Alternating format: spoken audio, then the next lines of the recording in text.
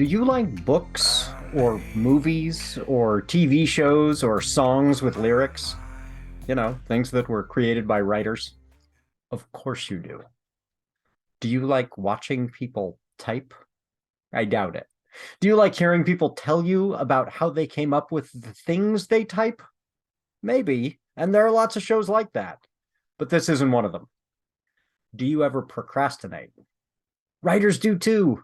So, if you've ever enjoyed a great book or film or TV show or song or poem, and you thought, I'll bet the woman who wrote this epic high fantasy TV series, or the guy who wrote this funny queer sci-fi novel, or the person who writes this punch you in the gut poetry would be really fun to hang out with, and I'd like to hear them confess their bad not writing habits.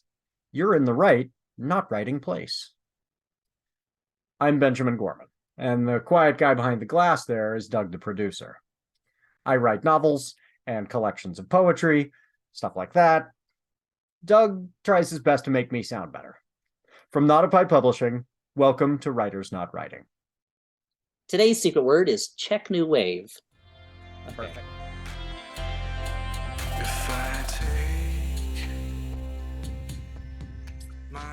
Welcome, everybody. Today's guest is Elliott Kalan.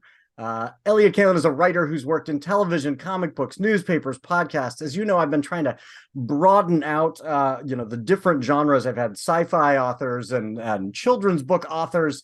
And with Elliott, I kind of now get a whole bunch of genres all on the show. He's written for The Daily Show with Jon Stewart, Mystery Science Theater 3000, co-host on the long-running podcast The Flophouse, which I will want to talk about because I'm a big fan and I will have to limit myself or I'll fanboy too much.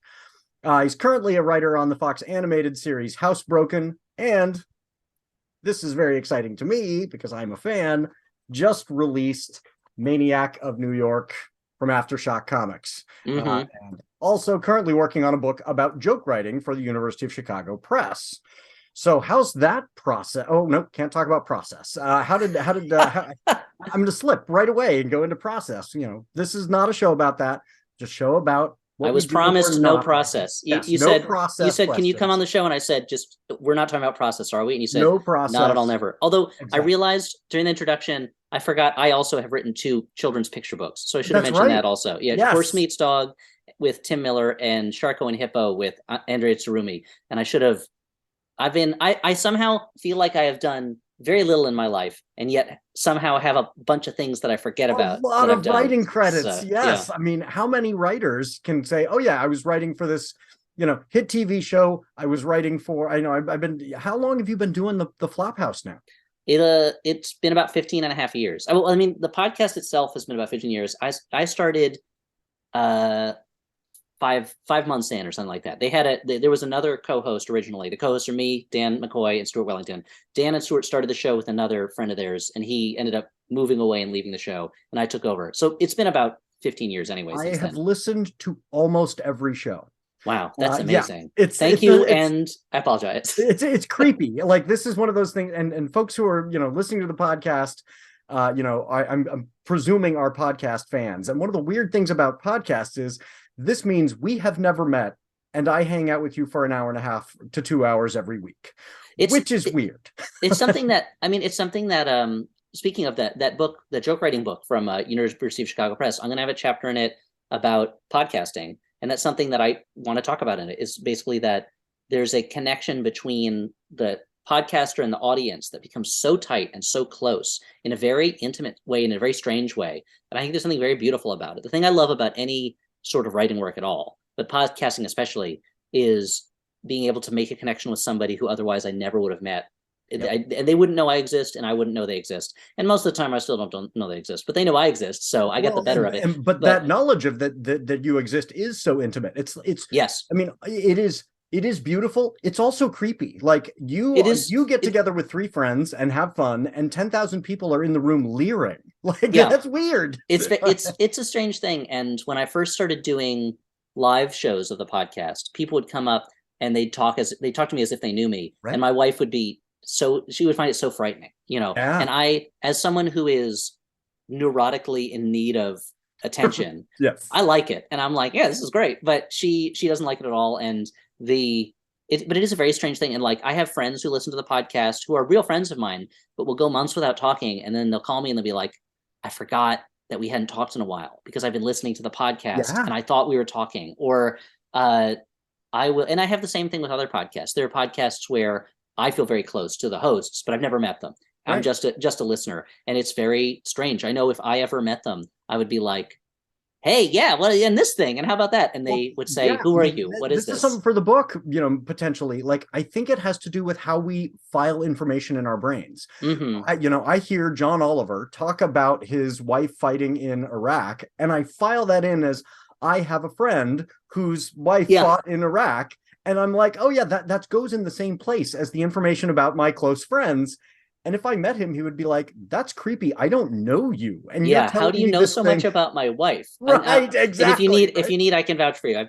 I met him and I met his wife, and they're very nice. But why do I know this fact? I don't need this fact. It does know. It's true. It's logged in there. And I think it files in part because podcasting is, for the most part, an audio medium. Occasionally people watch the video of it, but it's an audio medium, and so it doesn't have that filter of the visual, where you are reminded all the time this is not happening next to you because you're seeing John Oliver on a set wearing a suit, and it's also something that we tend to do while we're doing something else. It's not an appointment that we make where we say, like, when we go to the theater and we say, I'm sitting down, I'm aware of the artifice, I am making a place for it. Instead, with podcast, it's like you're cleaning the house, you're driving, and so it worms its way into the casual life part of your brain, as opposed to staying in the separated entertainment part of your brain that it should be in. And it's very, that makes a lot of sense. There's really good research that this is why people retain information better from actual books rather than books that have, that are ebooks,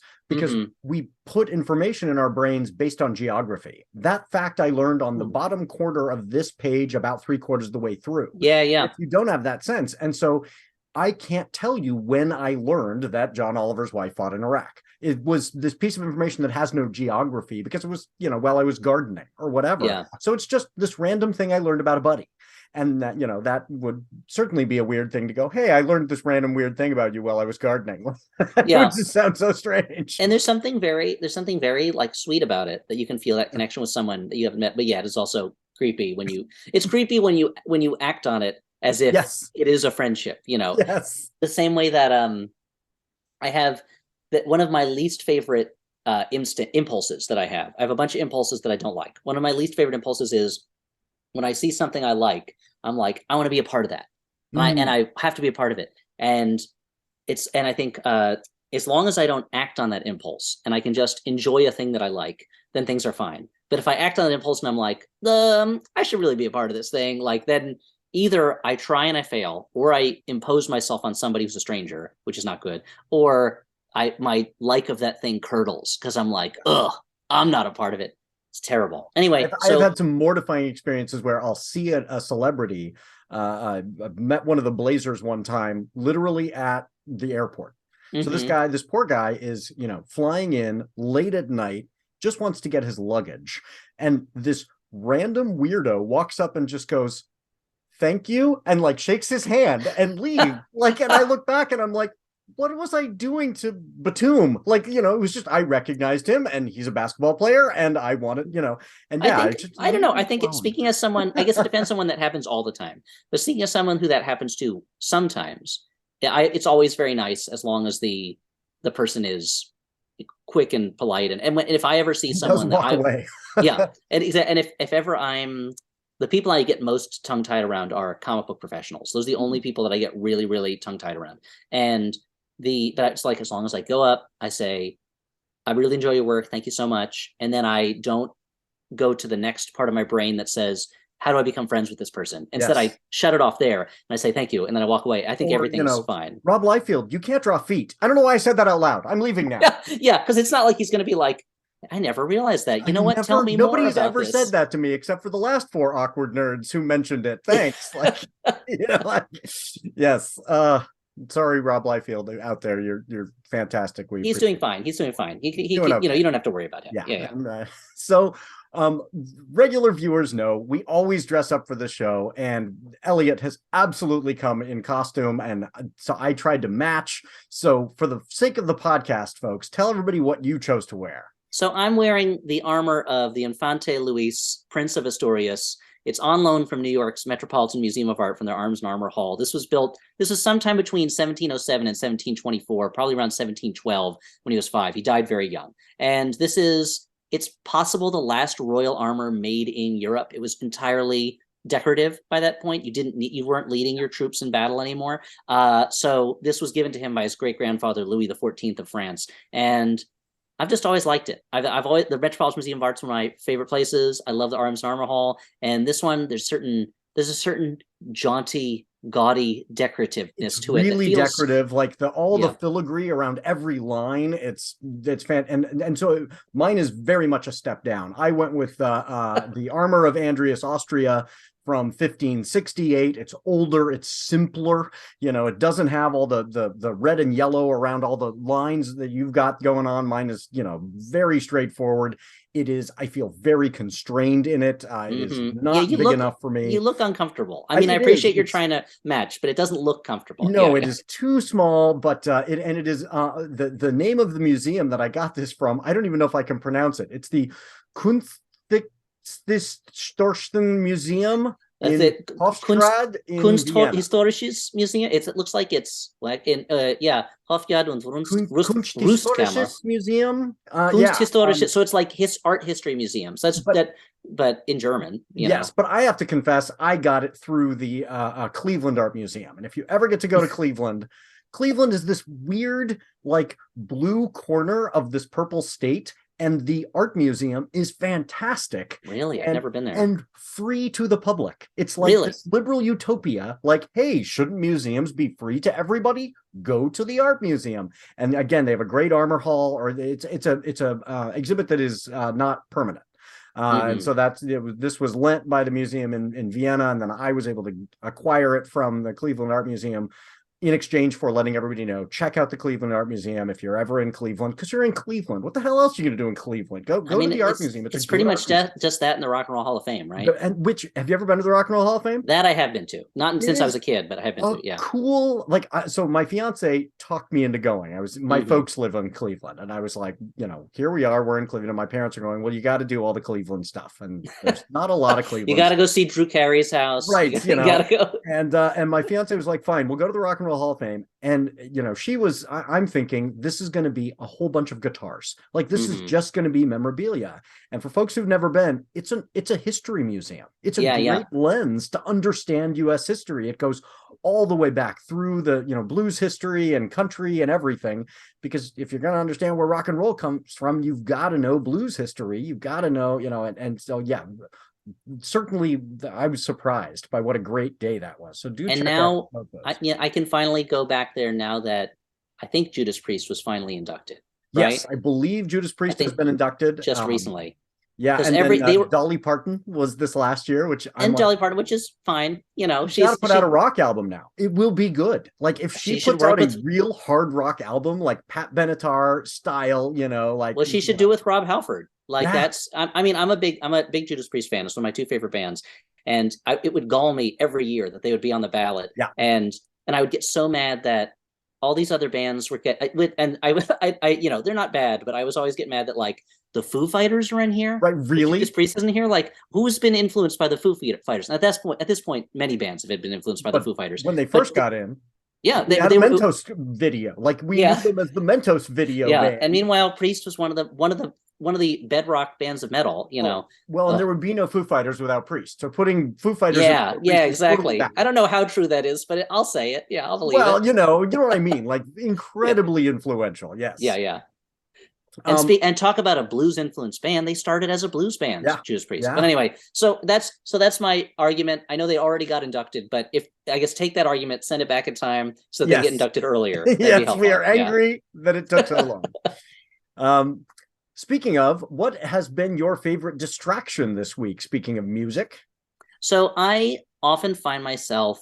I feel like I'm on this podcast under slightly false pretenses because I don't tend to procrastinate that much when I'm writing. I find I always have a lot to do, and I really like writing, and I feel a neurotic compulsion to write. Like, when I'm not writing, I feel I want to be writing really badly. Like, there's the thing, a lot of people have said, but I know Douglas Adams used to say it, where he's like, I don't like writing, but I like having written. But I like the work of writing, although it can be horribly frustrating sometimes. But I find that I get very distracted for short bursts of time by looking up music on YouTube, especially. And there was a period when I couldn't work because I would have to listen to this Japanese singer, Yoshiko Sai. And now the thing that's gotten me the most is there's my other favorite band other than Judas Priest is Sparks, and the stars of the recent documentary, the Sparks Brothers, and which was the most exciting documentary to me because I went to see it with my friend Brendan, and at the end it shows footage from a concert in LA, and I attended that concert with my friend Brendan, so it was like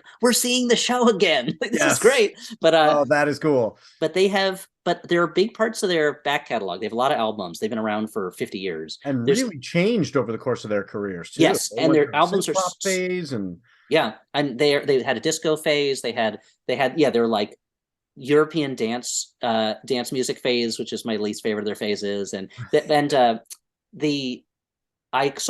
are big chunks of their discography that I feel like I listen to once and then it's not for me, and I set it aside and then I come back to it. And their very earliest albums, which always felt a little too raw to me and like a little too unpolished when I think of them as pretty polished musicians, I just started listening to again. And there's a song that I hadn't known as well from their second album called Moon Over Kentucky that is like, I'm playing it over and over again, and it's such an ominous, like grim song in a way where if I'm reading the song correctly, it's telling the story, I think, someone who has just lost their virginity, and they were disappointed by it. And it's the same night that man is walking on the moon for the first time. And so the singer is saying, like, I know somewhere up there, they're trampling on your face, and you're not being treated the way you should. And you just had your first encounter. How disappointing. And I just had my first encounter. How disappointing. And it's like, take Moon Over Kentucky, take me away. And it's so haunting. And it's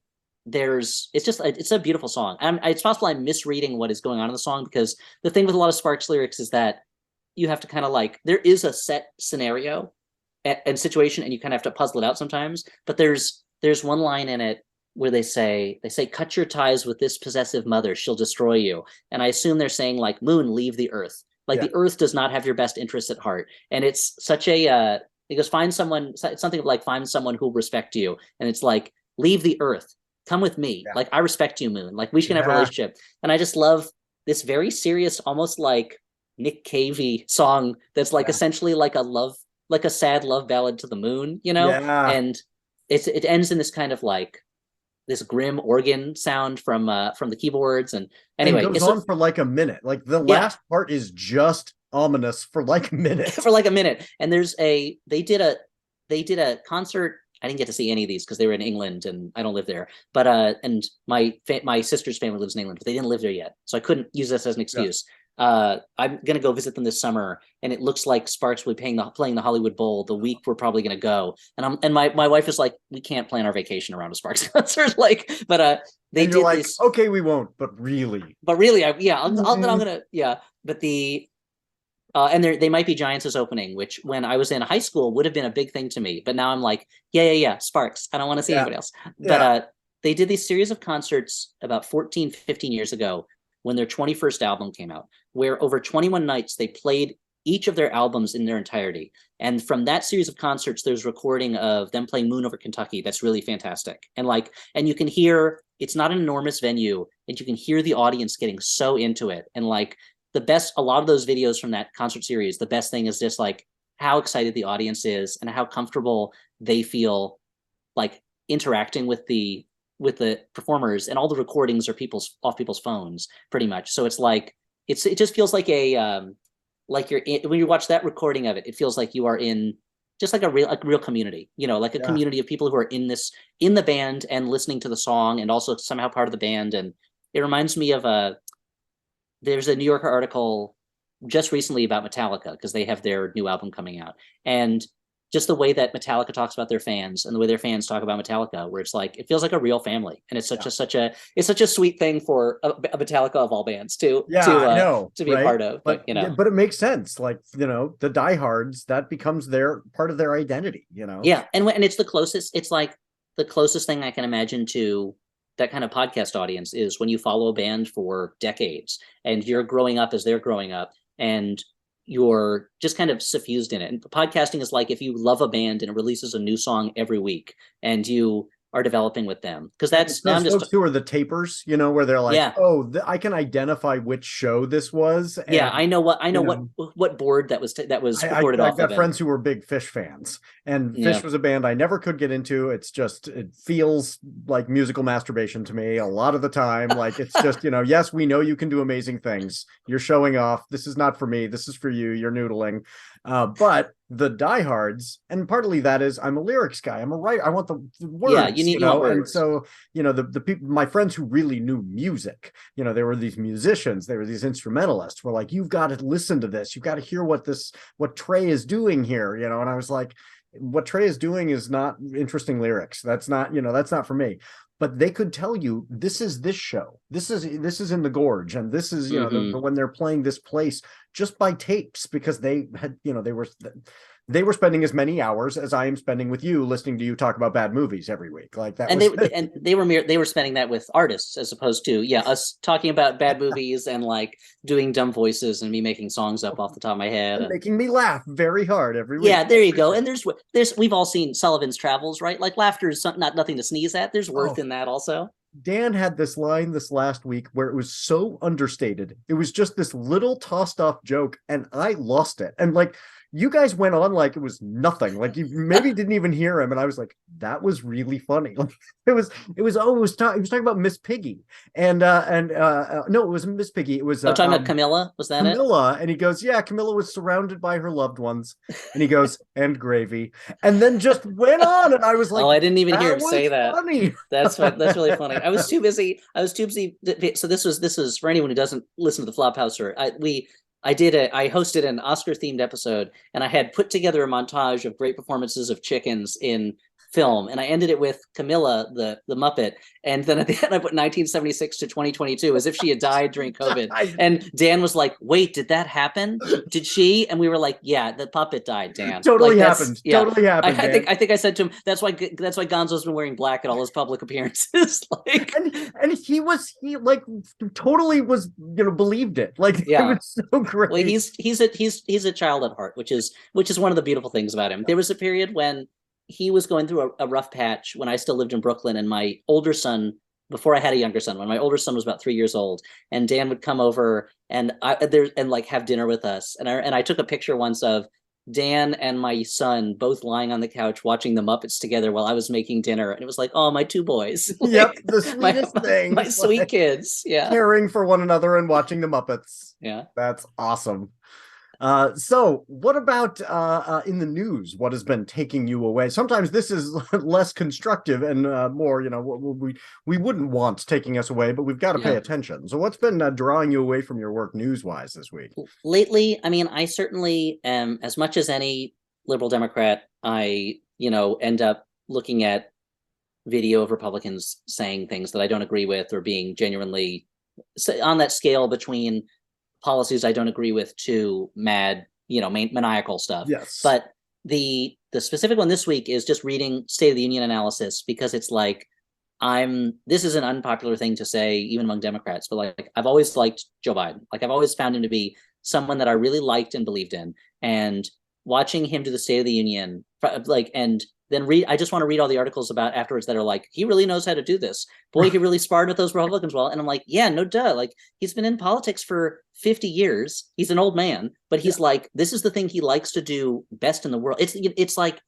he's someone who has a reputation as like a gaffe machine. And I think a lot of people forget that part of that is because he's struggled with stuttering his entire life. Right. But even when he gaffes, he always, so this is something I never got to do. He accepts the gaffe, he acknowledges it, and he laughs at himself, and then he moves on. He's not one of the people who's like, I never said that, or one of the people who says, well, that's right now. If I said it, then that's reality now. He didn't learn so I think the where that lesson came from was George Bush Sr. got just pilloried for saying, you know, no new taxes. Yeah. And the lesson they learned was, if you make a mistake, double down. Yeah, never Always admit it. double Yeah. down, never, and it's and that was I vastly prefer a politician will say, I have changed my opinion on that. I have, Yeah. or Well, I and misspoke. that's It when I worked at happens. the Daily Show, there was a lot of, we did some of this where it was like going after people for changing their positions. But like you would watch Meet the Press, and the entire show, the entire interview from Tim Russert would be, who's dead now, so I shouldn't speak ill of him, I guess. But the whole interview would be, you said this back then, now you're saying this now. And they'd have to explain why they hadn't changed. And it's like, I don't know, dude. Like if they're heading in the right direction, Yeah, just let it happen. I learned something. I no longer hold that position. Yeah. Good. You're a human who is growing and moving on. Like we and should be able to encourage growth rather yeah. than, I can't believe you used to hold this position that is now unpopular. And Yeah, it was popular then. And I feel like Joe Biden is an example that where like there's bills that he sponsored earlier in his career when he was still already an old man. But it's not like he was like, I was young, I didn't know. It's like you're in your 50s. But he now doesn't stand by at those positions anymore. And I feel like that's partly because he's always been very good at seeing where the country is going and following it or leading it slightly, but not too much. A little ahead. That he was the guy in the Obama administration who was like, we got to get out of Afghanistan, and the guy who was like, we got to let gay people get married, and like that he's always like a little bit ahead. I feel like, but I was going to say the thing I always wanted to do when Obama and Biden left office, I wanted to pitch a talk show hosted by Joe Biden because I was like, this guy can talk to anybody. Like I can imagine him having a conversation. On this episode, he's going to talk to Barack Obama. On this episode, he's going to talk to his mailman. On this episode, he's going to talk to like a big author. On this episode, he's going to talk to his barber. And like, and the thing that struck me that I always was so endearing to me was there's that clip of him where there's a man who can't walk, and he's like, let's hear it for him. Stand up so the people can see you. Oh, what am I doing? What am I doing? Like that and he totally takes it. And totally takes it. I messed up. Like does this like. Come on, like he doesn't literally do that, but that we all do. And so reading the analysis and just seeing, of course, then I made the mistake of looking on Fox News, and they're like, they went to a diner in North Carolina and found people who don't like him, but which is not surprising. But like, so I've been kind of not gorging, but that's been something that's been easy to distract me with is like reading his good reviews, So well, and I mean, this is a guy who out negotiated the Republican Party from the pulpit in the middle of the State of the Union address. Yeah. We should be, I mean, that was an amazing maneuver. Like, oh, okay, so we all agree on this now? Good. I mean, nobody has ever had a State of the Union address where they had that much impact on policy. No, I agree. And I think because he's a president who I think maybe, and I'm sure this is wrong, all presidents think of themselves as historic figures, and that's why they run for president. But he's a president who doesn't carry himself as if he thinks of himself as a historic figure, that he thinks of himself as a guy who is like, that Frank Capra Capricorn type thing, where it's like, not Capricorn, the astronomical sign, but what they used to call Capricorn, like corniness, where it's like, well, I'm just a regular Joe and I'm going to roll up my sleeves and I'll get in there. That stupid Boost Mobile commercial from years ago where they're like, what if firefighters ran the government? And they're like, clean water. Who wants clean water? Done, voted. And I'm like, come on. That's not how anything can work. You can't just say clean water. Like, what's the regulatory organization? Like, how do you enforce that? But but he does carry himself, I feel like, as a guy who feels more like that. And so I wonder, does he look himself in the mirror in the morning and say to himself, you know what's great? They're going to underestimate me today. Or does he genuinely not see it? But there are people on his staff who are going, you know what's great about Joe Biden? They're going to underestimate him today. I think he probably sees it. I think he's someone who is, I think, very aware of what's going on around him politically, at least. But he's someone who, but just that, so when he goes into the State of the Union, I think there's something very refreshing about a president who goes in and is not like, I'm going to give a speech. People are going to quote it. He goes in and he says, I think in his mind, every speech is an opportunity for persuasion. There's a book called what's that called? Lincoln's Tragic Pragmatism, I think is what it's called, and it talks a lot about it in how the differences between politics as persuasion and politics as force. And I think Biden is like, every speech I do is an opportunity for me to persuade somebody, and so I'm gonna use the State of the Union as a persuasive event, not as a this is me taking my stand for what history is going to say about me or anything like that. So he could be really loose, and like, there's not very much that's particularly quotable in the speech, but when you come away from it, you're like, Oh yeah. That like you get a feeling from the guy, Yeah. So And also, he actually got, I mean, he managed to change the bargaining position of the entire Republican House in the midst of his speech. or at least to highlight it, since Yeah.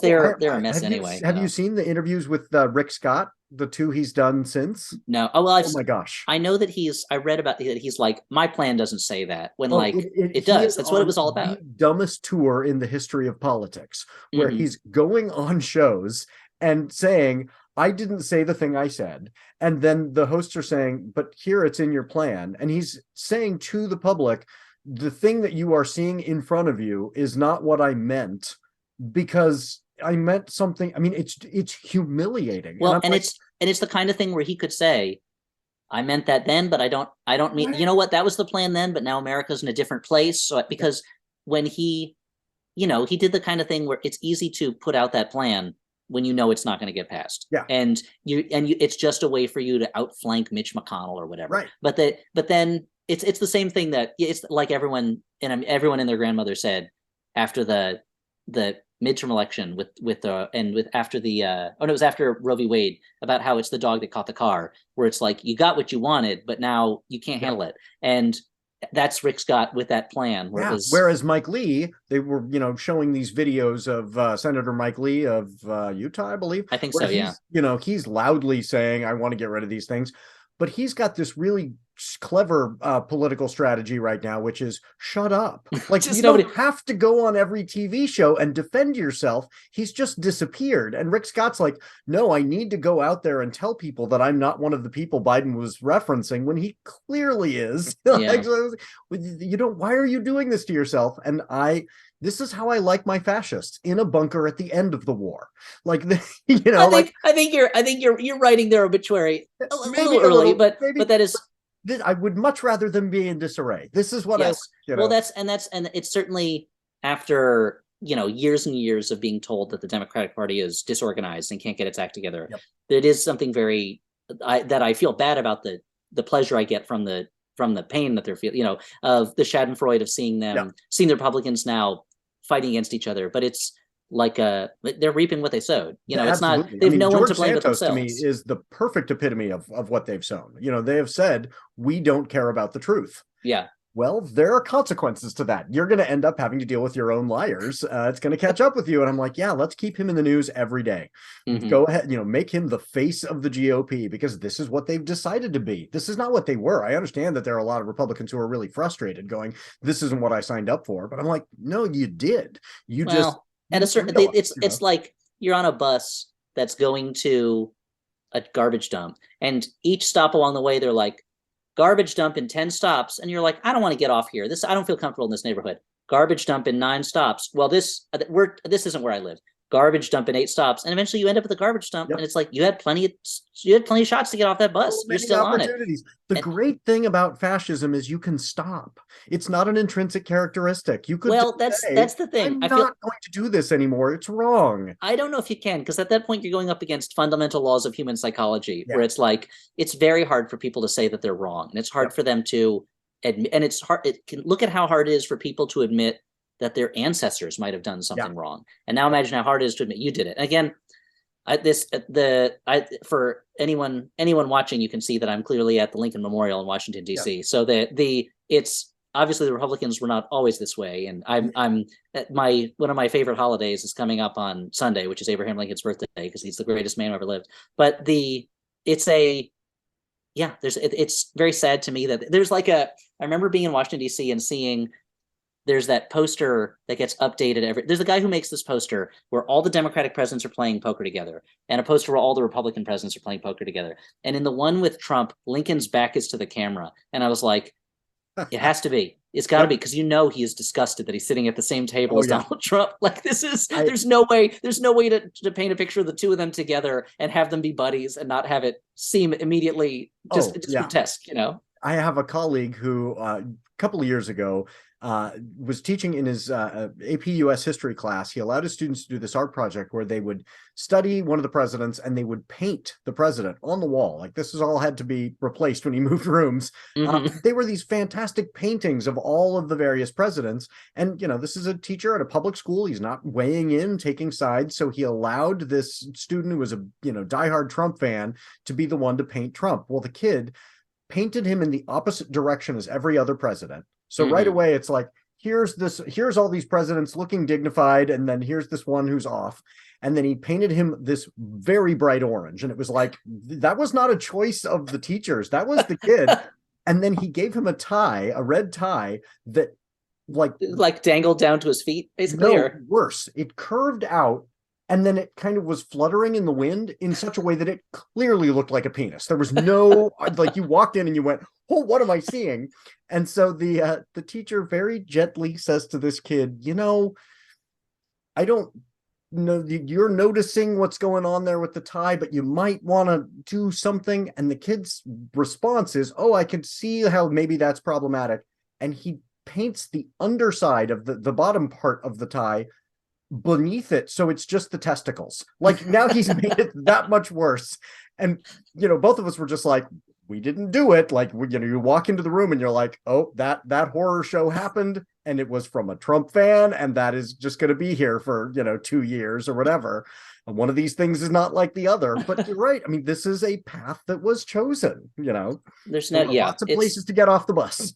They had plenty of warning signs. You know, it's for all the people who are like, they do that metaphor about the frog in the boiling water, which is not true. Like once it gets hot, a frog will leave, you know, but it's like, but it's a good metaphor, even though, and it's like, yeah, that's the water didn't get hot that slowly. Like it was real noticeable, you know, but also there, but for the grace of God, go I, you know, I always think about if there was I don't always think about it. I think about other things. It's not like this is the only thing on my mind, but I've often thought about trying to, the struggle with me inside is to try to put myself in the position of someone that I either disagree with or hate, so that I can not become someone I don't like, which is being too self-righteous about stuff. So it's like, everyone's a human being. Everybody has their reasons. Sometimes the reason is that they're dumb, but often it's not. And that I often think to myself, if there was someone who was as corrupt as Trump and as boorish and hate, like toxic and mean and greedy,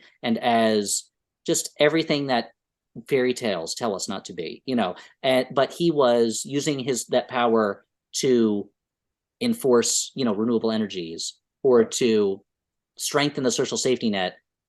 How would I feel about it? Would I excuse his behavior then? And it's like, Democrats kind of had that with Lyndon Johnson in a sense. I mean, aside from the Vietnam War, but like, I don't know, if there was a guy who was as bad as Trump, but he was like, we got to replace all that coal with solar and windmills. Everybody's driving electric cars. Like, we got to get the temperature back to normal.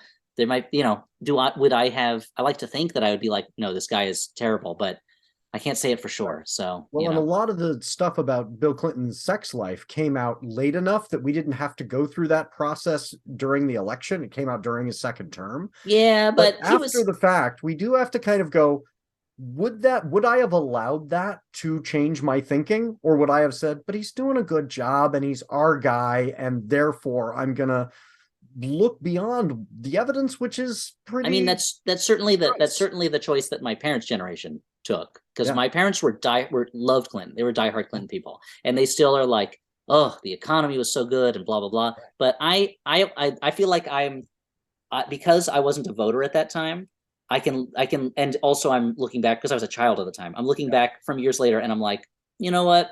I don't think he was a very good president, because he did a bunch of things that were like time bombs that he was planting, like overturning, like repealing the Glass-Steagall Act, and like passing the Defense of Marriage, or signing the Defense of Marriage Act. These things where I'm like, signing the Defense of Marriage Act was always bad, but like, in my opinion, you know, in the opinion of someone who. And Don't Ask, Don't Tell, and the fact that Don't Ask, Don't Tell was seen as a step forward at the time. But in my opinion, as someone who just thinks that everybody should be able to love whoever they want, it was one of those things where it's like, yeah, you know what? I don't think he was a good president anyway. And I've argued with my wife and my parents many times about this, where I'm like, I think he should have been convicted. Then Al Gore goes into the 2000 election as an incumbent, and it's a different story. And I kind of I don't know that we have Trump getting away with everything he got away with if Clinton gets it. And my dad is always like, yeah, but what he lied about was an affair. Everyone would lie about that. And I'm like, I don't have affairs. Like, I don't lie about affairs. Yes. Like, no affairs with interns in my past. That's not, the same way that my main day job is as a television writer, and I pitch TV shows, and they usually don't sell because most TV shows don't sell. And I'm like, and then terrible news comes out about popular showrunners, and I'm like, give me a shot. I've never groomed anyone. Like, right. I've never assaulted anyone I work with or treated them, or I've never asked someone who worked for me out, and then when they said no, I made their life like horrible. Them from getting a job later. Yeah, so give me a chance to run a show. So it's like So this is the exact opposite of what I was saying before, where I'm like, everybody's human. This is the part of me that's like, well, I don't do any of that stuff. Like, and I'm the same way. The framing that is helpful to me sometimes and not helpful is I like to think, what is the thing that my great-grandchildren will look back on me with shame? Like, oh yeah, that is, I think that's a good framing to go.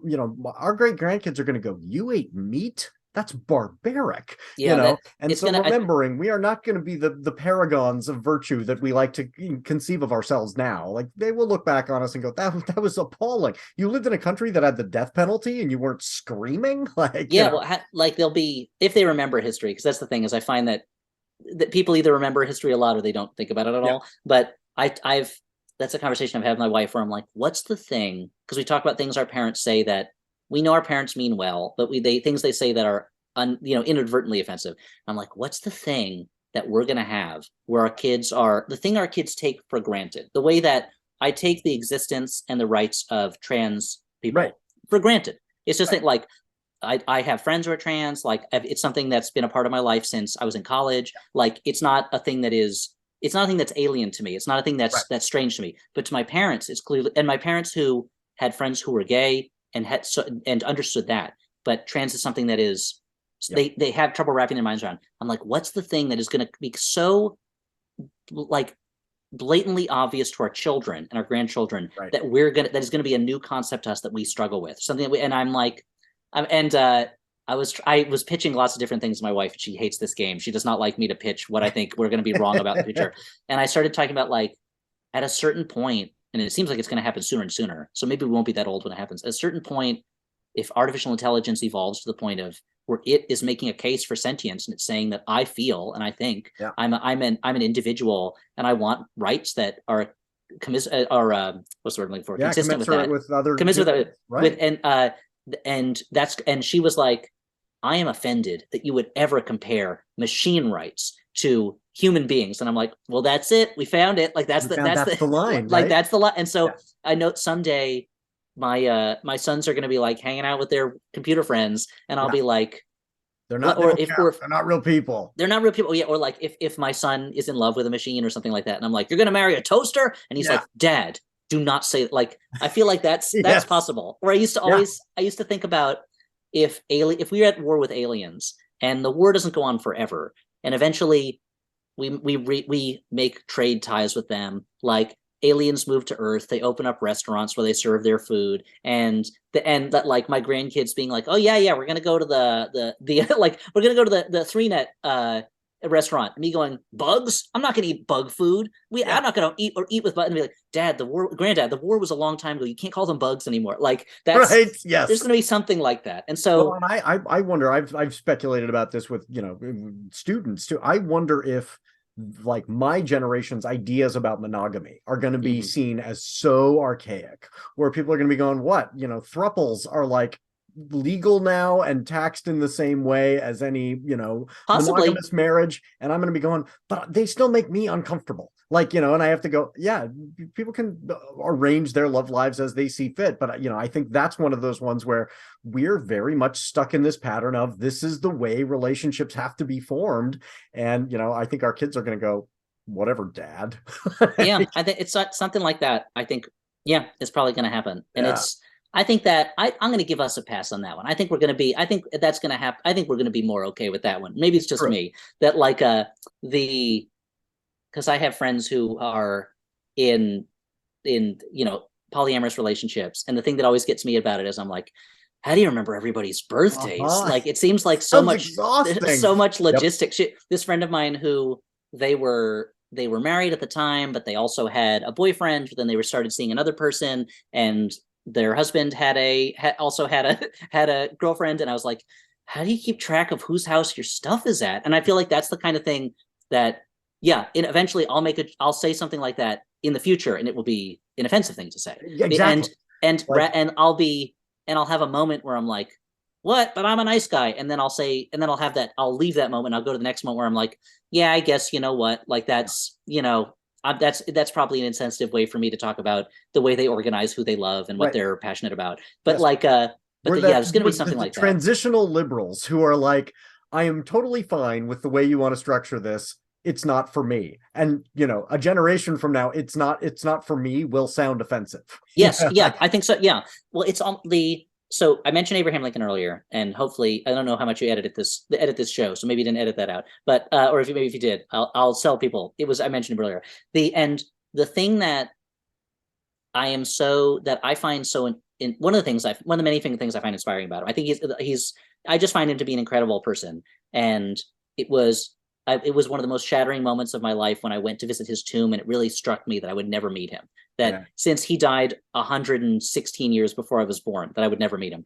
But that the people point to, like, well, at this time in his life, he was in favor of, recolonizing, freed enslaved people to Africa. Yeah. And it's like that he was someone who was very aware in himself that there was a rational part of his mind and an irrational part of his mind. And there were things that he kind of knew. I feel this way about this. And it's not the correct way to feel about it, but it's the way I feel about it. And it is my job, in a sense, to bring myself to the point where my immediate instincts, my immediate reflex feelings are more in line with what I rationally know to be logical and true.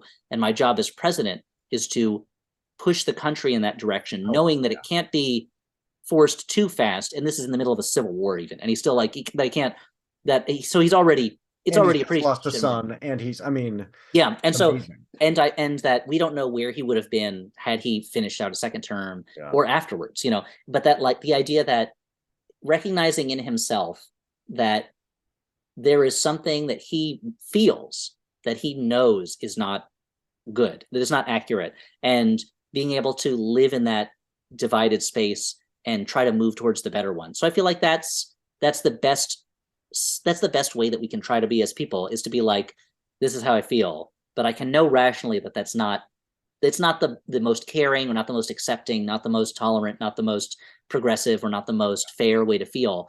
So I'm going to have to try to figure out how to push myself from feeling this to the way that I think about it. And I think it's hard for people to make that division between the way they think and the way they feel, because it sucks. Because you feel bad all the time, because you feel bad about feeling the thing that is not the right way to feel. It also can be liberating. There's this quote by Wittgenstein that's one of my favorites, and I still have never memorized it because I'm terrible at memorizing. But to paraphrase, it's something along the lines of, there is no language that has ever devised a statement that is, I believe falsely, in the present first person indicative.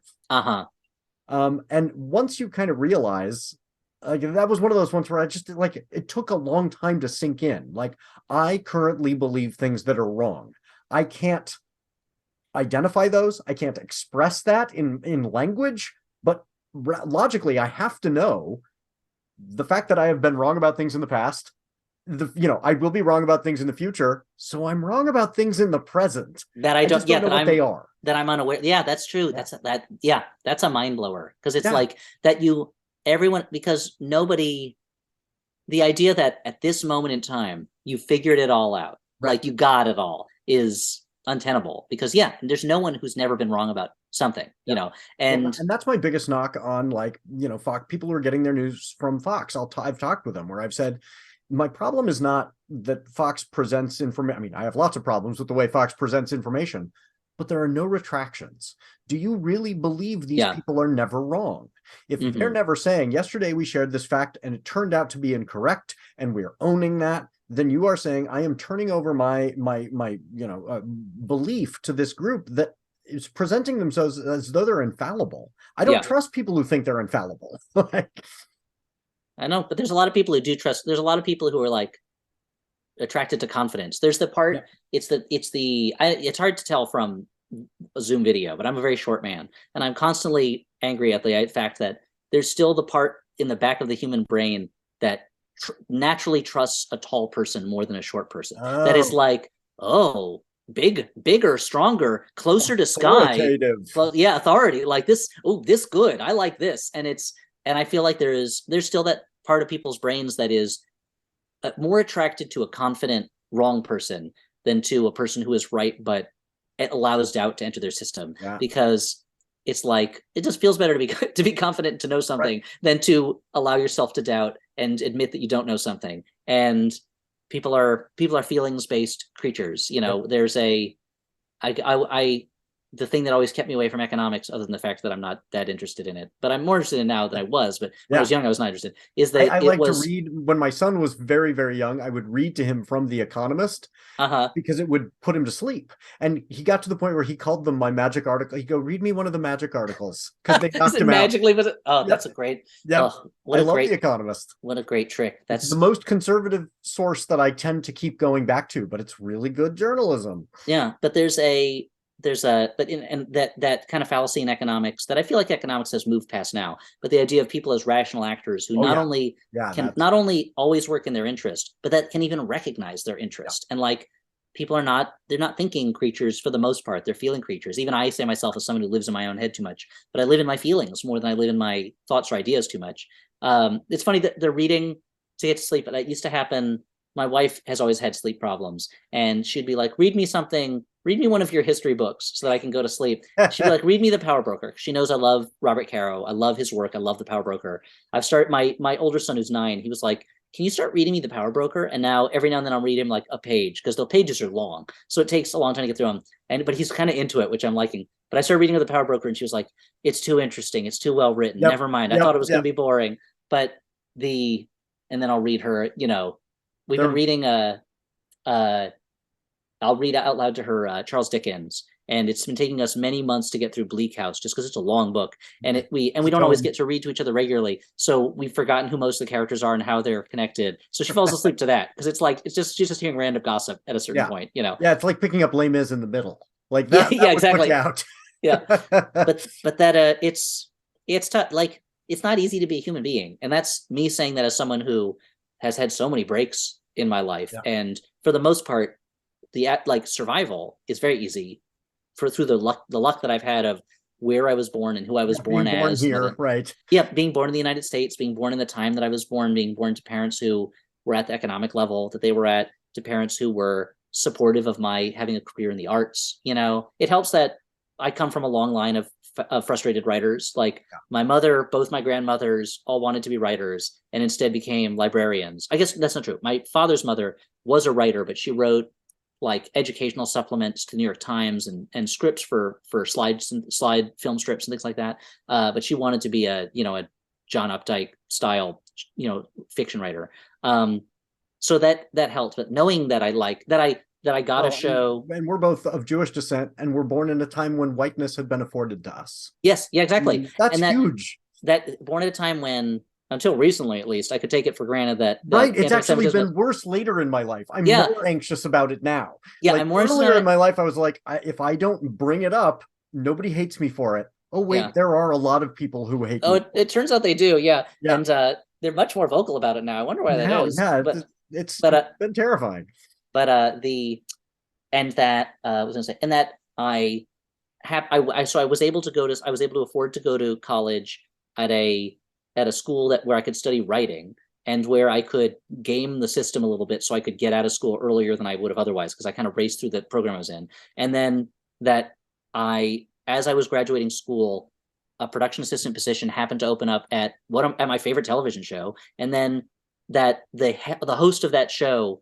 And when I joined it, this is the Daily Show. When I joined it, the staff was relatively small. So John Stewart had been the host for about 3 years already, but the staff was still relatively small. But I joined it at a time when a production assistant, who was a Jewish guy from New Jersey, could get time with the host, who was also a Jewish guy from New Jersey. And so I kind of and then I rose through the ranks of that show, and I worked very hard and I took advantage of opportunities. But I've always been aware of my luck in being able to intern there, that I could afford to do that. That was, oh, what a great semester. That was one of the best. That was my favorite semester of school, where I was interning at the Daily Show 3 days a week. So I would have one day of classes a week, because I was almost done with my program.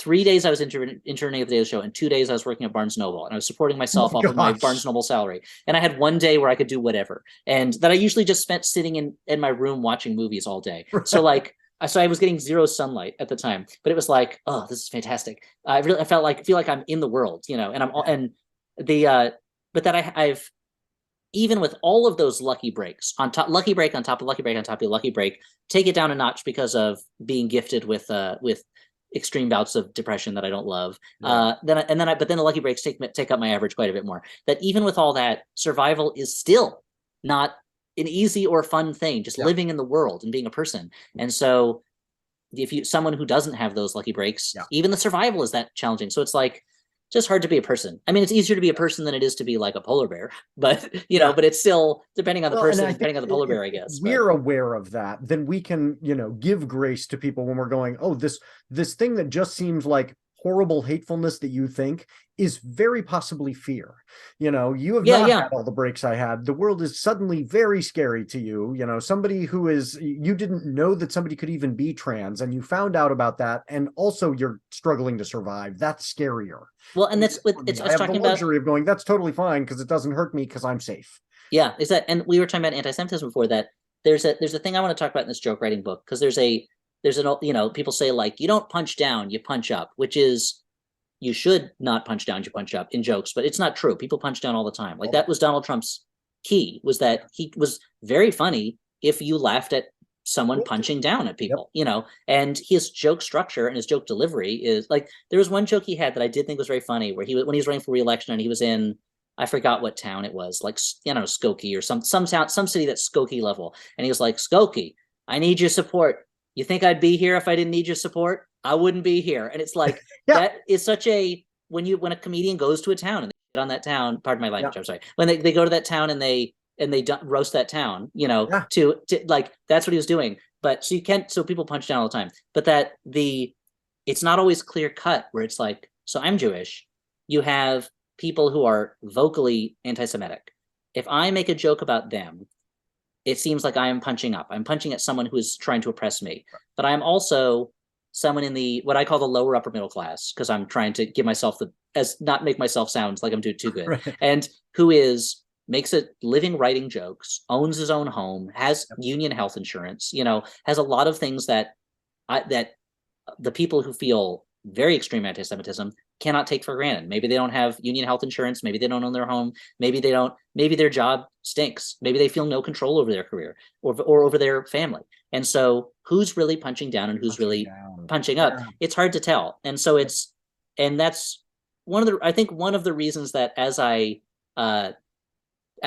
get older, I have this kind of like love-hate relationship, or this tango dance towards and away from political comedy, because you feel like you want to be doing something.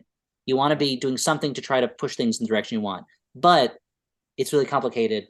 And oftentimes when you try to push in one direction, the person who's pushing back pushes harder in the opposite direction. And so it's like so during the Trump presidency, I just really loved the fact that I was writing for Mystery Science Theater 3000 and then HouseBroken. I was writing robots telling jokes about bad movies and dogs telling jokes about poop. And it was like, great. This is, I don't need to be, I can experience politics in this as an American citizen who cares about his country, rather than as someone whose job is to take the news and digest it and make it funny and then present it to somebody in a way that will hopefully make a point about it in a funny way. It was just like, I needed also to not feel obligated to do a lot of digesting that would have been toxic. Like that would have been really hard on your soul to go, I must watch all of this so that I can, like that. I just felt so bad for like the PAs on the Daily Show, where everybody's like, oh, it's so much easier when, the situation is so crazy to be writing comedy. And I'm like, that sounds miserable to have to watch Fox News for 12 hours a day so that you can find the gag reel. Like that's brutal. It's really not pleasant. And my friends were still at the Daily Show when Trump was president. I was like, I would tease them, and I'd be like, it must be so easy. The guy writes itself, the jokes write itself. This guy, you must love it. You probably want him to win re-election. It's just lots of easy material for you. Because I remembered people saying that to me when Bush was president. When I wasn't yet a writer on the show, but I was a segment producer on the show, and people being like, "Oh, you work for the Daily Show? You must love George Bush. He gives you so much material." And it was like, no, it's horrible. Like I don't like living in that, and it's not pleasant. And I would so much rather be scrambling for stories to do jokes about and not have two wars going on than to have these wars going on with like blatant hypocrisies and ironies and things like that. It was talk about procrastinating writing. You couldn't at that show because the turnaround was so fast. But it was really like but you wanted to, because you'd be like, all right, I guess I'll watch Fox and Friends. So one of the great writers at that show, Tim Carvel, who has run John Oliver's show since that started for many years, and he was the head writer of the show before I was head writer of the Daily Show. Every morning he'd watch Fox and Friends, and I was always like, I feel so bad for your husband that he's got to sit there and watch Fox and Friends with you in the morning while you're having breakfast. Yeah. Oh, yeah. Well, I talk to my students about how and you can correct me if I'm wrong, but my understanding of where comedy comes from evolutionary psychology, is our ancient ancestors, primate ancestors, smiled at someone to say, I'm going to bite you, and evolved into creatures who said, we're smiling at each other to say we're going to bite him. And so all comedy comes from this sense of, I tell them it's two things. It's cruelty and surprise. Every joke is just cruelty and surprise in different measures. And it's a way of saying we are all in this together at this person's expense. And so how do we do comedy that elevates and isn't just, I've shocked you by being cruel to him, and it is a very, very, I am not a comedy writer. It's incredibly difficult to figure out hard. The ethics of comedy. The thing you always feel about, that you always hear about comedy, it's an interesting theory. I don't know if I totally buy into it, but it's an interesting theory. I've been reading all these books to research this book I'm working on now, which is called, if it doesn't change the title, it's going to be called Joke Farming. So so that'll be coming out from University of Chicago Press. Every time I try to say University of Chicago Press, I stumble over it. It's terrible. That's going to be coming out, I don't know, hopefully sometime in 2024. I don't know. I don't know how long it takes to put out. I run a small press. I know it takes a while. A year. Yeah. That I finally got the unauthorized book about Deadwood that I paid a Kickstarter for 4 or 5 years ago. It takes a long time to publish things. University of Chicago Press is faster than that. They're faster. We're smaller than them. We're faster than them. They're medium sized, and then the big four, you're looking at years. Yeah. Well, that when I had picture books coming out, it would be like the art's done, the writing's done, the layouts are done. Now we just wait for a year. And it was like, I don't understand. Why are we waiting for a year? Yeah. And I think we can say, hey, I can talk with the author and say, are you willing to forego this one review we might get if we give it to him a year out and put it out in 6 months? Are you willing to forego the other two we could get at 6 months? We could put it out in 3 months. And they're like, yeah, put it out into the world. The big four are like, nope, we've got a pattern. This is the way we do it. We're going to get it in those people's hands, and we're going to give it to them a year in advance. Yeah. Okay. And really, it really is for a couple of potential reviews. But you never know. You never know what's gonna get people's attention. But and those reviews may make a big difference. You don't know. It's true. But so I've been reading all these books about like kind of humor theory, where everyone has their theory as to how humor developed, and I've realized that it's not super helpful to me as a working comedy writer to know any of that. The same way that like there's probably for an athlete, there's probably some interest in knowing how the human body evolved to the place, but like it doesn't really help them do more reps that way, Nope. But I have a friend who took a great class. I'm trying to remember what it was, University of Syracuse, I believe, on the philosophy of humor, and she was like, it was the least funny class I have ever taken. Like it isn't. Let's ruin jokes together. which this book I'm sure it's hopefully gonna be a funny book because I'll write funny things in it. Yes. But I'm certainly gonna be dissecting jokes to the point where I mean different. You're not trying to say let's dissect this joke to the point where I have made it not funny. That's true. This class was let's destroy humor. This is more let's take apart the watch so we can see how the gears work, and then hopefully you'll be able to build a watch by the end of it. Build it. Right. That's very different than philosophy of humor class is let's make it not funny. That's like at NYU I took a class called American Film Violence that was a cinema studies class, and I was like, oh, this is not a class about enjoying movies. This is a class about taking them apart and making them not movies anymore. Like Yeah. they're all just sociocultural texts. And I was like, no, I'm not that interested in that. Yeah. But the thing I was going to say, the thing you hear about all the time is like the need for kind of feel good comedy or upbeat comedy or positive comedy. And it's very difficult. And it's Yeah. unless you just exist in a world of pure kind of silliness and pure whimsy. And I feel like I just reread Steve Martin's book, Born Standing Up, which aside from the parts where he talks about how much sex he was having at different points in his life, is the best, one of the best books, if not the best book I've read about what it's like to be a working comedian, not in the sense of like, and then I went to this club and it was and these and there were these things, but in the sense of like, how do I build an act? How do I take a comedic idea and develop it? How do I say to myself, how do I make myself a unique comic voice and work that? And I think it's been a very valuable book for me in that way. But he talks about, but it's like, he's good at that because I mean, often, birds are not ornithologists. Like yeah, there yeah, is a point at which we're often not good at describing why it is we do what we do. Yeah, I was, I know you're a Marx Brothers fan. Have you read the yeah, they're the best. Groucho's letters? Yes, yeah, yeah. Yeah. And you don't get the sense that this was a person who was sitting there going, I'm going to, in my letters to you, analyze my craft. Like he was just incredibly witty, Yeah. and I don't know that he would have been particularly insightful about what made his jokes work. They just came to him. Well, I think that's why there's a lot of stuff about like the rule of threes or like funny comedy K sounds. And there's like enough truth to it that you can live with it. But I think that is a way of people who are funny but haven't analyzed it and don't want to analyze it necessarily, explaining to other people why they're funny, or people who are funny but don't know why. Yeah. And so they're afraid of, if I find out, it's going to turn it off. And so I'll just say it's comedy K sounds, or it's a rule of threes, three things are always funny or whatever, which is they. And it's also helpful to people like me who are not funny, who are like, I can get up to mediocrity with these cheats. It doesn't ever get me to the it won't get you to pro level, but no way. But in his book, the reason I bring it up is because at a certain point he feels like he's performing in the late 60s and then the early 70s, and like hard-hitting political comedy is the thing that is the most like anti-war comedy and anti-Nixon comedy, and that by doing something that is so the exact opposite of that, that he talks about how he was rebelling against what the mainstream of comedy, that the new rebellion would be to do something that was just wacky, silly stuff that has no foot in real life. And so there's something about people talk about like, where's the positive, uplifting comedy? But it takes a real break from prevailing models. And it also takes someone being willing to say, I'm going to do something that people will enjoy, but they won't necessarily praise me as smart or relevant or any of that. And certainly right now, it feels like we're living in a comedy time where, with stand-up comedy at the very least, there's this feeling that I'm gonna have to cut all this stuff out of the book because I've in my outlines right now. I'm redoing my outlines for each chapter, and I keep having things where I'm like, don't fall into this trap. You're not a truth teller. Like, tell jokes, but because it's like there's a very valuable role often for comedians in doing that.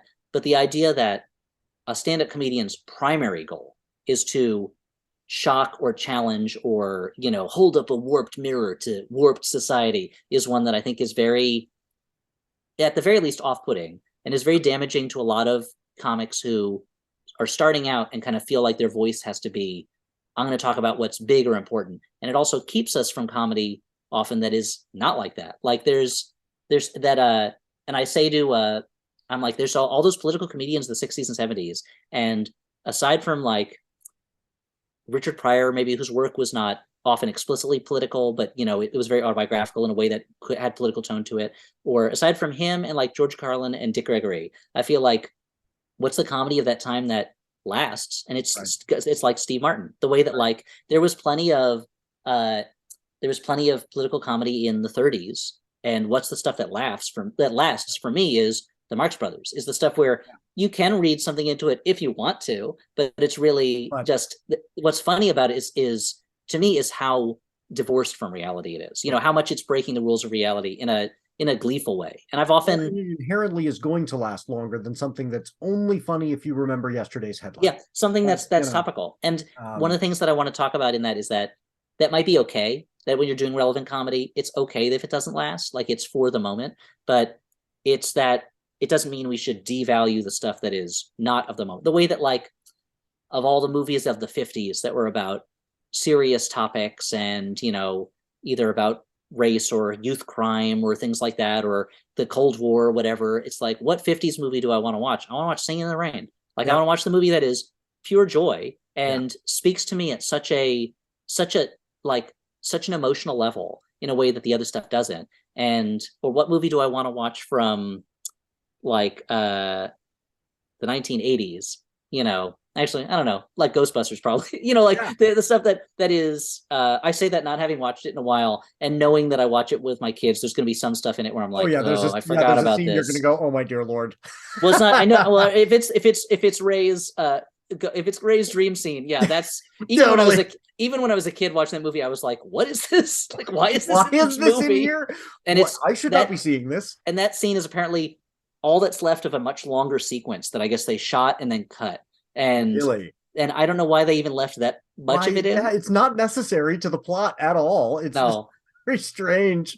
But I do wonder if some of what's motivating that in our age is kind of, I don't know if financial incentive structure is the right way to word it, but kind of an attention economy that says if you make a political joke that translates really well into a very short clip on TikTok, that's going to fly around. And if you do something silly, it's not going to get you attention.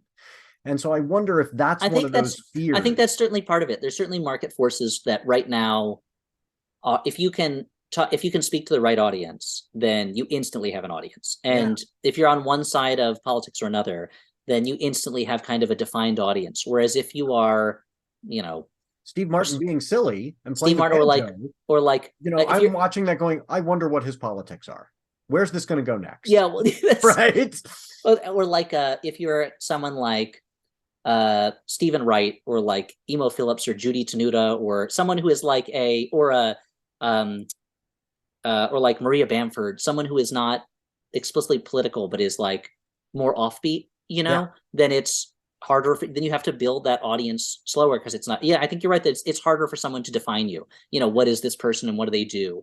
And I realize that all the comics I've named are all like middle-aged or older. I need to think or no longer alive. Yeah, like I need to really, this is part of the process for this book has been like, I got to learn some newer comics so I can reference them. But that, I think there is a market attention structure for that, I think. And also, but I also think there's a social forces that are kind of not peer pressure exactly, but there is social pressure to, I got to say something, especially at this point in history. I got to say something. And it takes, I don't know if I'm going to call it courage exactly, but it takes real self-discipline, I think, sometimes as a comic to do something that is almost deliberately irrelevant, you know, that is not part of anything and is not but to do it in a way that is still like meaningful or funny or new. And that's something that I've been struggling with quite a bit. Because it's funny, and that maybe is enough. Yes. Like to say, this is not going to get me respect.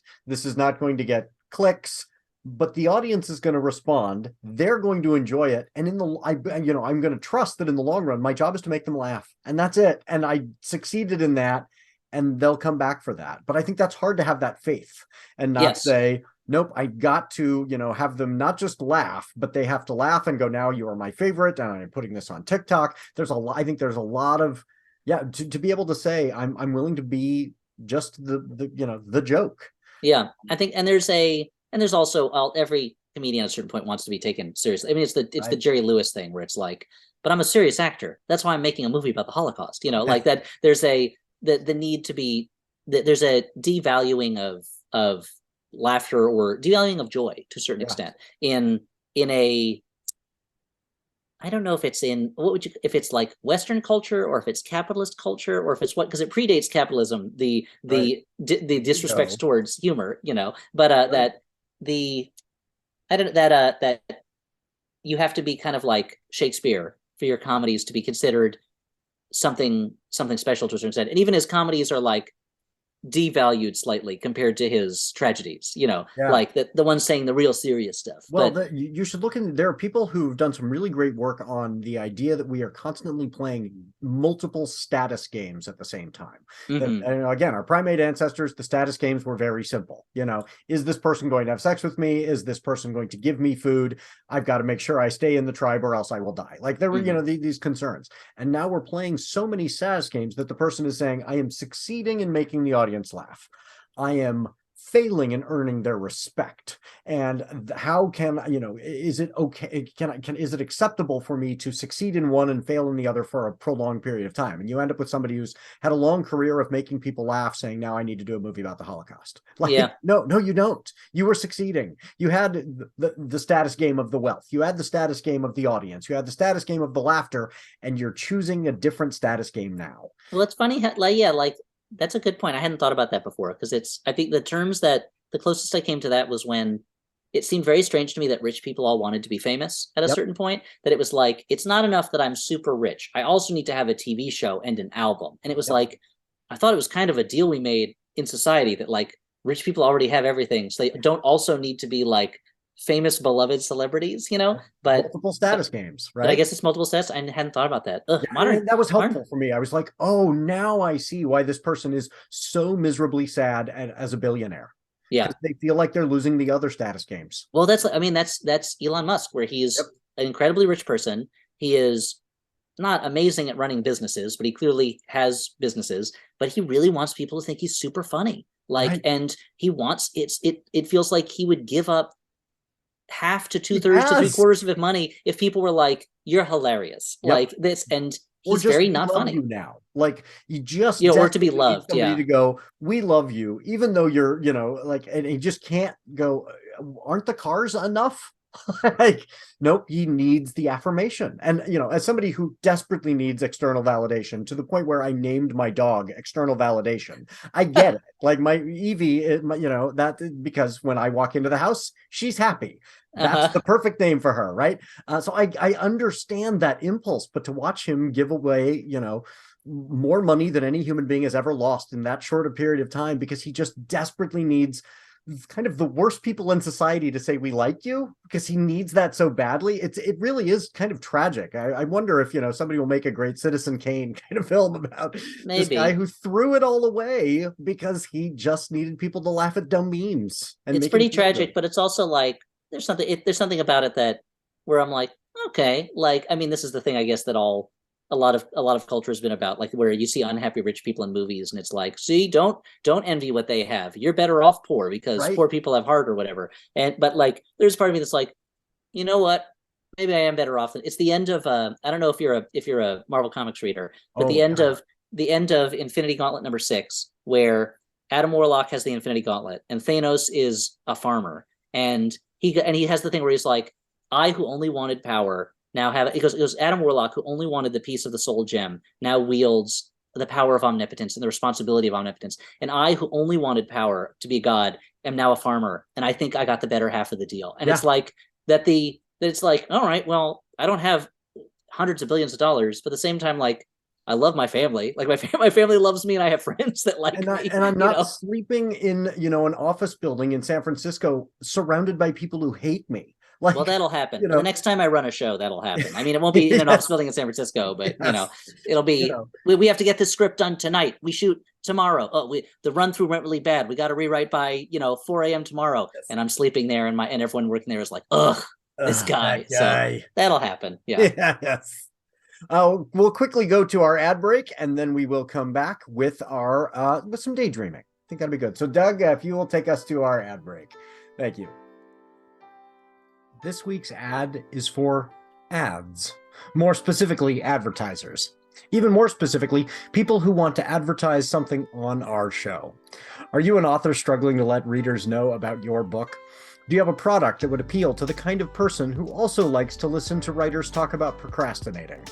Do you like ads filled with questions? No? Well, then give us a better one by going to the homepage for this show and clicking the link on the bottom about advertising here. We're now on our 11th episode. We have over 500 downloads. That's not a lot, but the graphs are going in the right direction, and our rates are very low. So why the heck not? And our very first live show is going to be this weekend. Fan Expo Portland is from the 17th to 19th, and on the 19th, we will be recording our first live show with guests Jeff Davis, David Koch, and Nicholas P. Robinson. We would love to have you there. We will also be in Seattle, April 6th to 9th for NorwestCon, and we'll have a live show there too. Guests for that one are TBA. Please come join the live audience, bring some fun questions to ask the panels, and we hope to see you there. Thanks. Thank you, Doug. You're the best. So we are back. So what have you been daydreaming about? Daydreaming, I always say, is simultaneously part of the writing process and a potential way of procrastinating. What have you been daydreaming about lately? It's funny, some of what we already talked about, this idea of like, what is a way to do kind of a new thing in comedy that pushes past commentary, or what that exists as its own new thing, the way that Steve Martin comedy was kind of like, I'm just going to be silly, I'm going to do this act that never quite gets started, and like is just, and almost feels like it's not a real act, and is a parody of entertainment. Like I've been kind of daydreaming about that, and also daydreaming about trying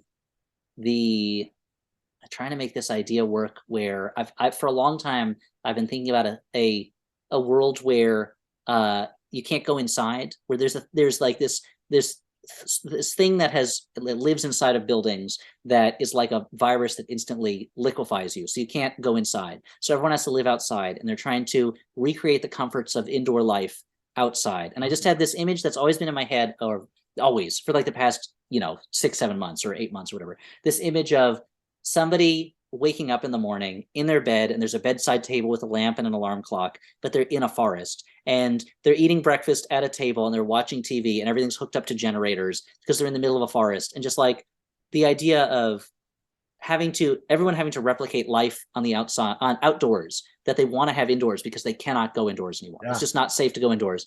And so I've been daydreaming about that, and I don't know what to do with it. So that's how much of that is Schadenfreude for moving to LA? Where you're like, I could actually step outside and survive, whereas my friends right now it's 5 degrees.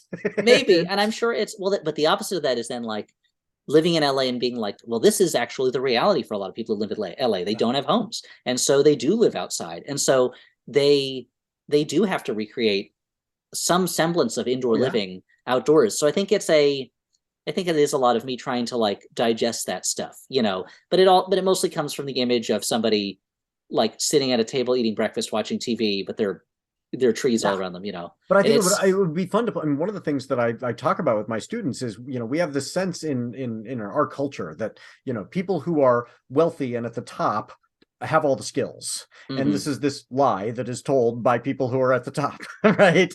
But I tell them, I don't have the skills to be homeless. Like there's a lot of knowledge. You could do some really fun stuff with telling the story of, people are suddenly booted out of their homes, and there are people who have the skill set to survive. And they are the people who are the most downtrodden, and that we have treated like absolute, garbage. And yet they know how to live outdoors, and I don't. And somebody who is, an Elon Musk, even less so. And that could be interesting to see how that would play out in a story. That's a good angle on that. I'd have to figure out a way to do it that wasn't just like The Menu or something, where it's like, now the rich people get their comeuppance, but there is, but the idea of like that kind of overturning of society. Well, that's a good way to think about it. They did a really good, clever thing with World War Z, where it was, now the society has been so shuffled that the people who struggled the most were people who were like attorneys, who were being told, in order for us to survive, you now must be a plumber. But like, I can't make that adjustment. Whereas folks, who are in the middle are a little more flexible about, okay, I go to a job and I do this work for money. And the higher you got up on the echelon, the harder it was. But they were painted in a sympathetic way. It wasn't like, the rich are terrible. It was the rich have been very much tracked into a path where it's genuinely difficult to, go, oh yeah, I guess tomorrow I'm a plumber, and the next day I'm, That's certainly a constant worry to me. What am I going to do when society collapses? Because I don't have but that's where, so there's something that Jon Stewart said to me years ago, where, because I haven't talked to him in years, so I had to him years ago, I haven't talked to him in a while, but we were talking about kind of the streaming was kind of relatively new thing, and digital delivery of content.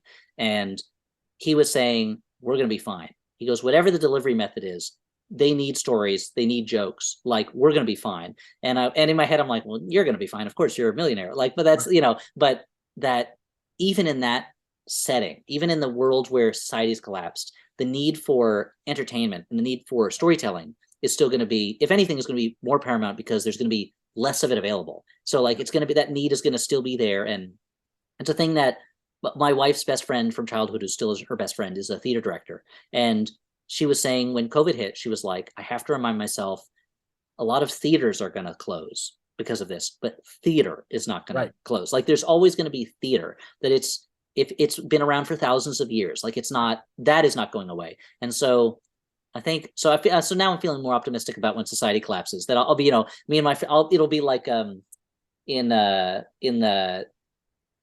Seventh Seal or something, where it's like, they're a family of traveling entertainers, they're making their way through the plague lands, Yeah, but, I'm very ambitious. I just want to be the person who, when he is sitting around the fire telling his story, that story then becomes the Iliad and the Odyssey and is still being told in 8,000 years. But like, it's sure. a guy sitting by a fire telling a story. Like the guy who, I mean, that's one of the theory about that I remember reading once about why Homer's work is so full of like repeated phrases, and the theory that like, well, yeah, he could fall back on that stuff when he's thinking about the next thing he's going to say. Yep. Like, I'm like, oh, I love that. Well, like, I tell my students, I mean, then somebody else had to memorize it.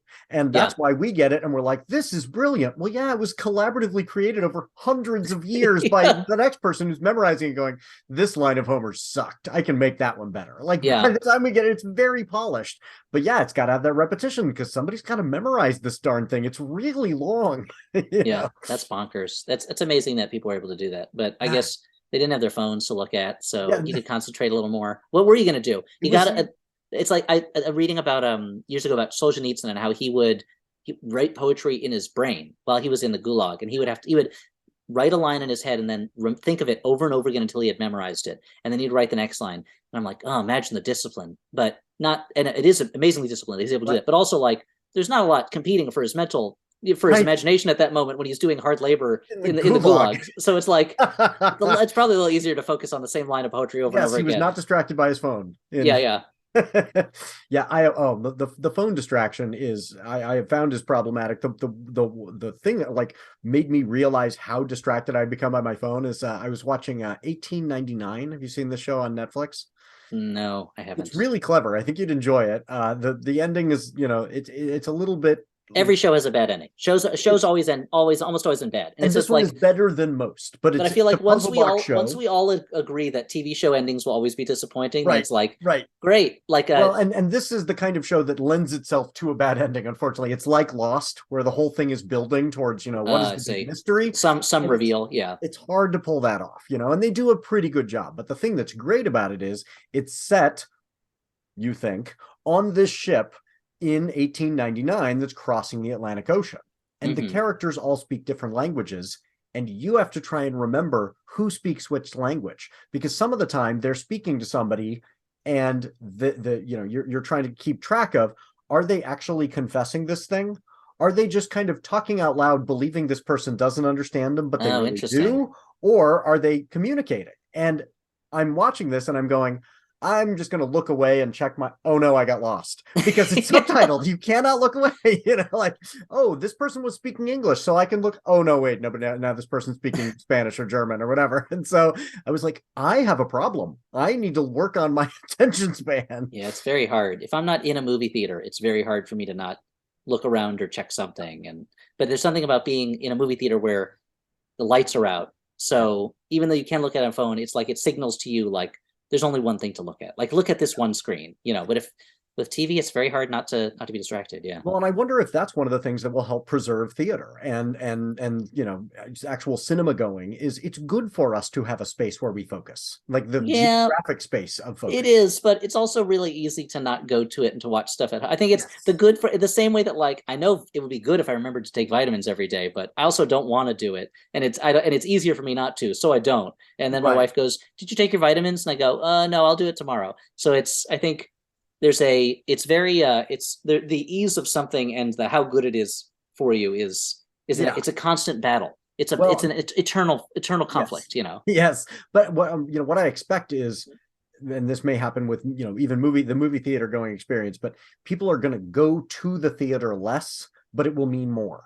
It's going to be this thing where it's which is going to be hard on the industry. Theater will not go It away, already is. certainly. It's already hard, and I wish that I don't know. I wish if there's some way, I wish we could go back to when going to the theater or going to the movies was more of a casual thing. Even Yeah. like when I lived in New York, I went to the theater frequently, but it was a big production. Like I had to get the tickets ahead of time. They were expensive. Like I had to get dressed up. We'd make a night out of it. We have to get a babysitter. And so it's like I didn't get to experience, but I wish I had the years when theater was the thing that everybody did relatively casually, Yeah. and there was so much theater going on that like, oh, this is sold out, I'll go over to this show. Whereas the way it was with movies when I was a kid, where there would be, a bunch of different movies playing. You just go to the movies and you'd be like, oh, I missed that, I'll go see this thing instead. Whereas now it feels like you go to the movies and there's not that much playing, and you have to get the tickets ahead of time, and it's a big production, And you're weighing it against, you're looking, if there were 6 movies when we were kids at the movie theater, you'd show up and you'd go, I could go to this or I could go to that. Yeah. Now you're going, I could go to this or I could go to that, only that I would rather watch at home. It's not worth the money. So there's this other competition. And this is the movie that I don't really want to see that badly, but it's the next chapter in a long saga and everybody's going to be talking about it. Yes. So I guess I better see it. It was I've talked about this on the Flophouse many times. It was one of the best decisions I ever made last year when I was like, what movie am I going to watch right now? I guess I could watch the new Thor movie. I don't think I'm going to like it very much from everything I've heard. But I guess I have to watch it, I guess, because everyone's talking about it. Or I did record this Spanish movie that the director of Spirit of the Beehive made, and I don't know anything about it. I could watch that, and I didn't. It's this movie called El Sur, and it's such a beautiful movie, and it was like just the movie I needed to see at that point in my life. Yeah. And I was like, oh yeah, like I don't have to see the movie that everyone is talking about. I can see the movie that I'm going to get something out of. Yes. Like I'm going to get something emotional out of. Yes. And so people are like, oh yeah, when are you going to go see the new Ant-Man movie? And I'm like, I don't know. I'll see it at some point, maybe, but I don't have to go. And I am not obligated. I do not have to see this right now. Just because talking to a friend of mine, and he was like, "Did you watch Moon Knight?" And I'm like, "No." And he's like, "Well, it's not essential." And I was like, "None of it's essential. Like we don't have to. There's no reason we have to watch any of it, especially someone like me who I've been reading comic books for 30 years, so I've already seen these stories. I don't know this. Like a friend of mine a different friend was talking about the Captain America and the Falcon show. And he's like, oh yeah, they're doing the John Walker kind of Captain America before he's US agent storyline. And I'm like, okay, maybe I'll watch that. Wait a minute. I've read that. I don't think they're going to do it that much better. And it wasn't my favorite. So I don't need to. Like, I'm remembering back going, I remember that storyline. It wasn't bad, but it wasn't my favorite. I can, whereas this was, when the new MCU took off, I was, as a kid, an Iron Man collector, which I now as an adult realize was not the greatest comic book, was basically a Batman ripoff. But I thought Iron Man was so cool when I was a kid. I had Iron Man #6 on. Oh, wow. And yeah, I mean, I loved Iron. And so when they sold off all their big titles and they were stuck making Iron Man, I was like, really? This movie that, and then everything ended up hinging on, of all characters, Iron Man. Like if you told me 20 years earlier the MCU is going to be built around Iron Man, I would have been like, yes, no way. It's really amazing. I mean, you have to, or that, I mean, because they didn't have the rights to make Spider-Man movies at the time. But that was one of when that Spider-Man Homecoming came out, and so much of it was Spider-Man being like, oh, I wish I was like Iron Man. I was like, Spider-Man doesn't need Iron Man in his Spider-Man movie. Like he's the greatest character in fiction. Like he doesn't need Iron Man taking up all the screen time. Like, oh yeah, I mean, can you imagine when we were kids if somebody had said, "Oh yeah, the cinematic universe is going to be Spider-Man wishing he could be Iron Man"? You'd be like, "What? That makes no sense. Like that's not who he's going to. He's got maybe Reed Richards. There's no way he's going to want to be Iron Man."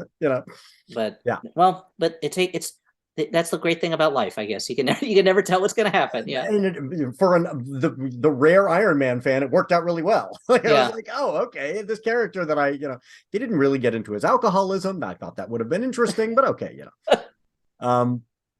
So each week we do a weekly poll where we, toss something up on Twitter, Facebook, and ask people to weigh in. And so last week's poll, this came from Michael Roth. Should pets be allowed to sleep on the bed with you? And it turned out to not be nearly as debatable as I thought. 91.7% said, Wow, absolutely, pets on the bed. that's an Only extreme landslide. 8.3 are heartless monsters. So that was pretty overwhelming. So what should our poll be for this next week? Well, if this isn't too personal, I was wondering what your listeners feel. This is a question that is really tearing apart my household, which is, should I grow a long bushy beard? My children keep telling me, Daddy, you should grow a long bushy beard. And that's the exact phrase they use every time. They say, Daddy, you should grow a long bushy beard. And my wife does not want me to grow a beard. She wants me to keep shaving. As is, I already shave irregularly enough, but she does not want me to grow a long beard. And so I want to know, listeners, should I grow a long bushy beard? And I'm going to open up the armor here and show the viewers who don't know, if this is your first time, I have the big bushy beard, and this is relatively new. This was a COVID decision, okay. A COVID lack of decision. This was a COVID depression product. Nothing matters anymore. I might as well grow it out. But I always wanted to have a long beard because I, have this deep-seated need to be Gandalf. That's just unfulfilled in so many ways in my life, and I was like, but I can have the beard. I don't have the magic ability. So you can hang out with short people if you want to, yes, but you can't call down giant eagles to carry them to safety. No, I can't, defeat the Balrog and then come back very Jesus-like. So I've been growing this thing out, and luckily my fiance likes it. And so here's my question for you. This may tip the scales at all, and this sounds like a bizarrely personal question, but is your wife into smells, the smells of things? I think so. She has a very strong sense of smell, and especially towards negative smells. She's always like, open up the windows. Something smells in here, the garbage. And I'm like, I don't smell it. I don't. Beard wax and beard oil. My fiance loves the smell of the the beard wax, and I think that's part of why she's like, you have to keep the beard. Like now I cannot cut it. Every once in a while, interesting. Like, this is a little, and she's like, no, I love the beard, and I don't think she loves the beard. I think she loves the beard wax. We went to the Pride Parade in Portland, or the Pride, which is really more of a festival than, and it's just this big outdoor market of all these beers, and she found cupcake smell beard oil. And I'm now obligated to smell like a cupcake everywhere, and that will get you. So you will be able to satisfy the boys with this big bushy beard, and you've got the beard oil. So yes, go to Pride Parade, get the cupcake beard oil. It's a big if hit. The poll agrees. If the poll agrees, this is a binding poll up to the public. Okay, yes. So everybody weigh in. Should Elliott grow a big giant bushy beard? And see, I'm guessing like me, yours would go bushy, right? It would, my hair is, I have to keep it short these days because it gets very all over the place. Like it's not not in a fun kind of like, look at me, I'm like a creative guy and my hair sticks up. Just in a messy kind of like, my sideburns grow faster than the rest of my hair, so that gets very long, and my wife will be like, you're looking a little 19th century, like you should trim that. So it would get very bushy and very wavy. That could be the compromise position, is maybe you just grow giant sideburns. Oh, I would love it, but she would not. She would not be a fan. Chest Ray Arthur mutton chops or something. She would hate that. She would not like it. No, well, and she is more important than the mutton chops. So yes, exactly, yeah. So what's in your to read pile? And again, procrastinate, the books we read as writers are not bad for us as writers. They're essential. But what are the things you're thinking about reading? What's coming up for you? So I have a lot of piles of books in my to read piles on my to read bookshelf, and they're in my bedroom. So it's the when I wake up, I'm literally looking at the books that I haven't read yet. Yep. And there's a book that I keep putting off because it's a big hardcover and it's going to be unpleasant to carry around, but I really want to read it, and I think I'm going to just go for it because it helps me with my work anyway. Right. Which is this book called Four of the Three Musketeers: The Marx Brothers on Stage by Robert S. Bader, and it is taught at. I think of the Marx Brothers. The Marx Brothers are my favorite comedians of all time. I think they're maybe the funniest people who ever lived, and I think of them as film comedians. But by the time they started making movies, they were already in their 40s, and they'd had this long career in vaudeville and on the stage. And so this is, I think, maybe the only book that explicitly focuses on that. And what was their act like? How did it develop? And trying to cut through a lot of the myth that has grown up over the years because of stories the Marx Brothers would tell, or kind of just anecdotes that would be half invented or fully invented that have become attached to them. And so there's a podcast that's about the Marx Brothers, and they talk about it a lot. And it's a part of their lives that I am much like. I and so love Abraham Lincoln, but his actual work as a lawyer, I was not ever that familiar with. And there was a book I read where it was just about him as a lawyer and the kinds of cases that he handled. And I'm like, that. So this is like, I want to fill in this kind of very extensive and very important gap in their lives, because to them, I think they're like, we're comedians, we perform on stage, and then we made some movies. They weren't, I'm going to be on stage until I can make it into the movies. Like they started performing when movies were nothing, when they, when they were one reelers at best. So I'm really excited about that. And then the other one is, when I finish this joke writing book, I'm finally going to do it. I'm going to read Gargantua and Pantagruel by Moliere. Or is it Rabelais? Who wrote Gargantua and Pantagruel? No, it's Rabelais, isn't it? Yeah. Is it? Yeah. No. Yeah, it's Rabelais, not Moliere. Sorry, I got my French writers mixed up. It's this book that, like, I've been reading about it for years. It's 500 years old. It's 1,000 pages long. It's like all jokes about philosophy or sex and scatological stuff. And I was reading in my research for this book, Joke Farming, I was reading a book about humor, and it was going on and on about this book. And I was like, you know what? I should just read this book. Like, I got to read, like, I've heard about it for, so for such a long time. I don't know anyone who's ever read it. No one I know has ever read it. It was not assigned to me in college or anything like that. It's one of these books that's like, it's in like the canon, but people don't particularly read it, that I'm finally going to read. I'm going to read this 1,000-page humorous philosophical novel about two giants who, and like all the trouble they get into. And so that sounds awesome. Like, I mean, I think I'm going to enjoy it a lot, but it's going to take a long time. The same way that, like, when I finally read Tristram Shandy, which I had been wanting to read for years, and I finally read it, and I was like, this is a great book, but it's taken me a long time to get through it. That's what's going to happen with this. So I'm going to, when I finish writing this book, that's my reward for myself, is I'm going to finally read Gargantua and Pantagruel and just be like, yeah, this is my next month of reading. It's just it's a vacation. Book. Like, this is your reward. Yes. You get to check out and go hang out with giants for a month. I guess to get to hang out with Rabelais talking to me about giants. Yeah. Yes. And all the like stuff they ate and threw up and things like that, Yes. Oh, that sounds great. Well, the one that I am excited to check out, but not so excited that I've gotten around to it. It's that kind of book. But I saw this and I just had to grab it. It's Rebecca Solnit's Orwell's Roses. Mm-hmm. And she writes about George Orwell, who's one of my kind of, literary, icons. Like, I like him in terms of what he has written, in terms of his politics. Mm-hmm. He's somebody that I admire a great deal, and his biography is fascinating.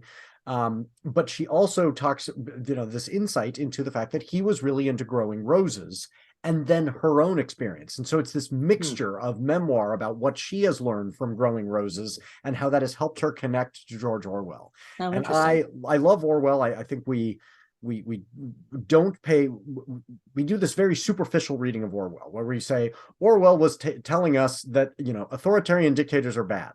Well, even the fact that Orwellian just applies to one of his books, right? Like, it doesn't necessarily really apply to his, like, it doesn't, or I guess or Animal Farm also, but it's like the, it feels like when you say Orwellian, you're not talking about like The Road to Wagon Pier, or like Keep the Apodaster Flying or something. Yeah. Yeah. But even when you just look at 1984 and Animal Farm, I think we are reluctant to engage with the way Orwell was saying, the problem is the working class people not organizing, and, the proles not stepping up and seeing that they could do something. Like, we want to read it as, middle class liberals and go, yeah, the authoritarians are bad. Like, and what is our responsibility? And what, and so there's so much more depth to plumb there. And then the other thing is, I have started growing a ton of roses. My ex did not like roses.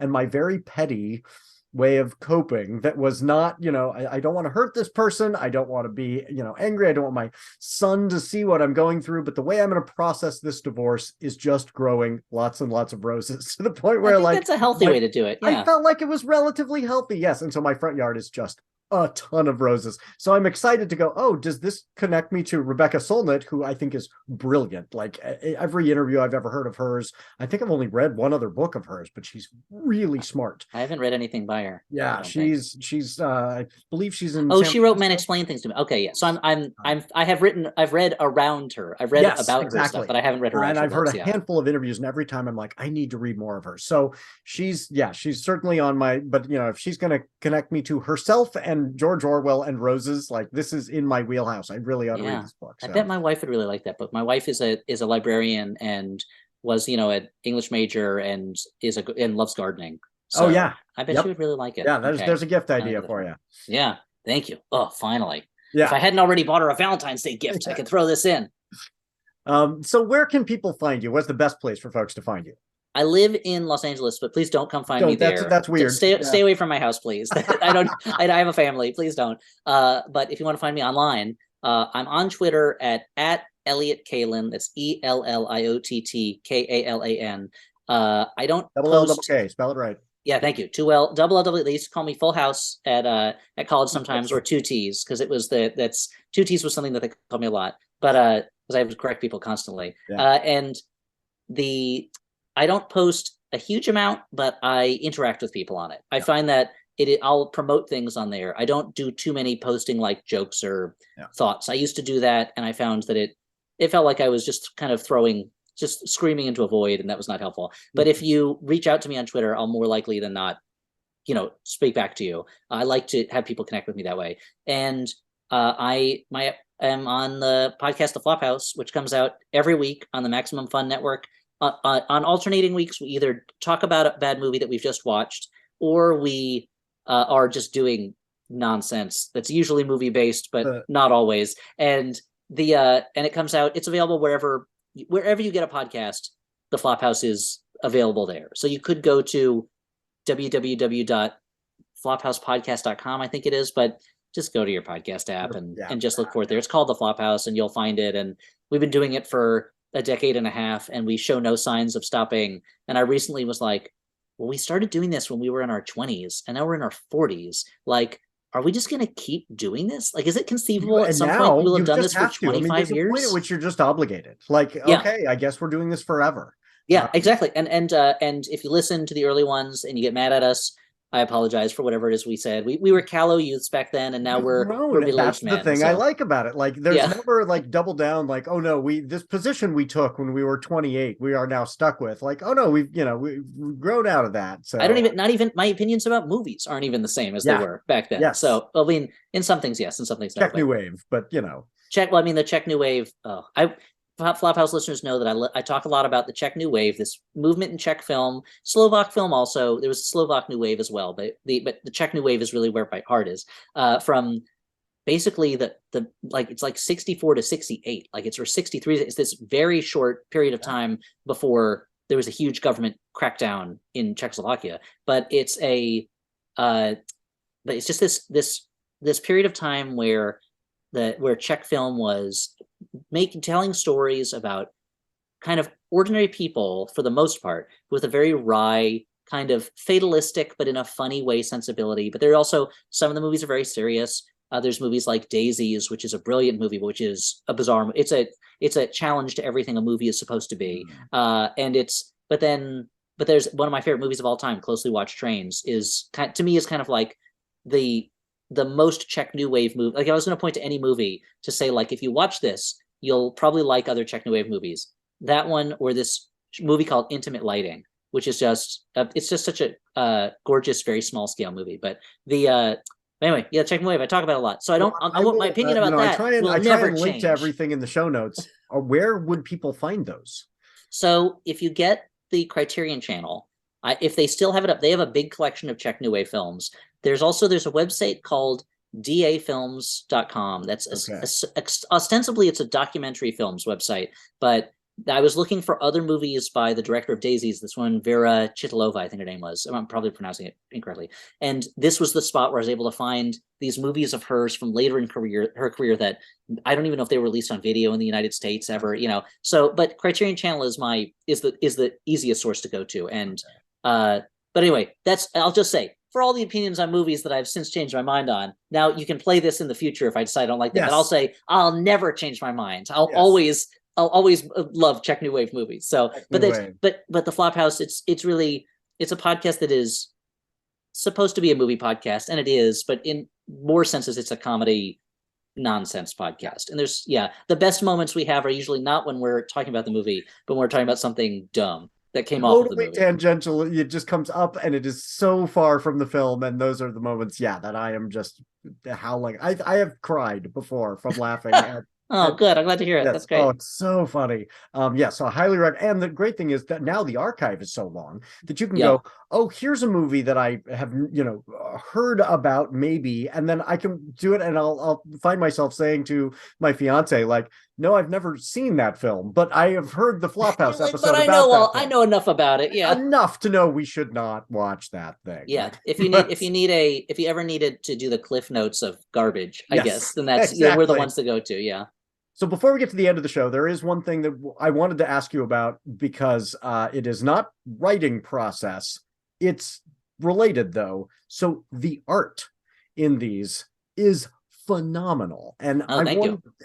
So folks who have not, I mean, I shouldn't say thank you. Maniac That's the artist Andre Moody, who's an amazing, he's an amazing comics artist, an amazing painter, and I love working with him on Maniac of New York. It's just like he's someone I just really enjoy working with him, and his work is gorgeous, and also he's a super enthusiastic person. Like every email I get from him, he has fire emojis along the bottom and stuff like that, and like big thumbs ups. And so he's a very wonderful, excitable Italian man. So and I just a great encourage artist. folks to check these out. My first impression when I first started reading them was, I was like, this art style, it's a lot of, like, the colors aren't bright except for the red, and in such a way that I was like, this looks like a Seattle zine from the 90s, and then bloody, like, and so, and it's a really strong choice for the story. Like, it works really well that it's muted and then suddenly gory, and you're like, yep, that fits. So I feel like that sounds like the kind of story you'd like. Check it out. Yeah, that book, for anyone who hasn't read it, which is most people in the world, Maniac of New York.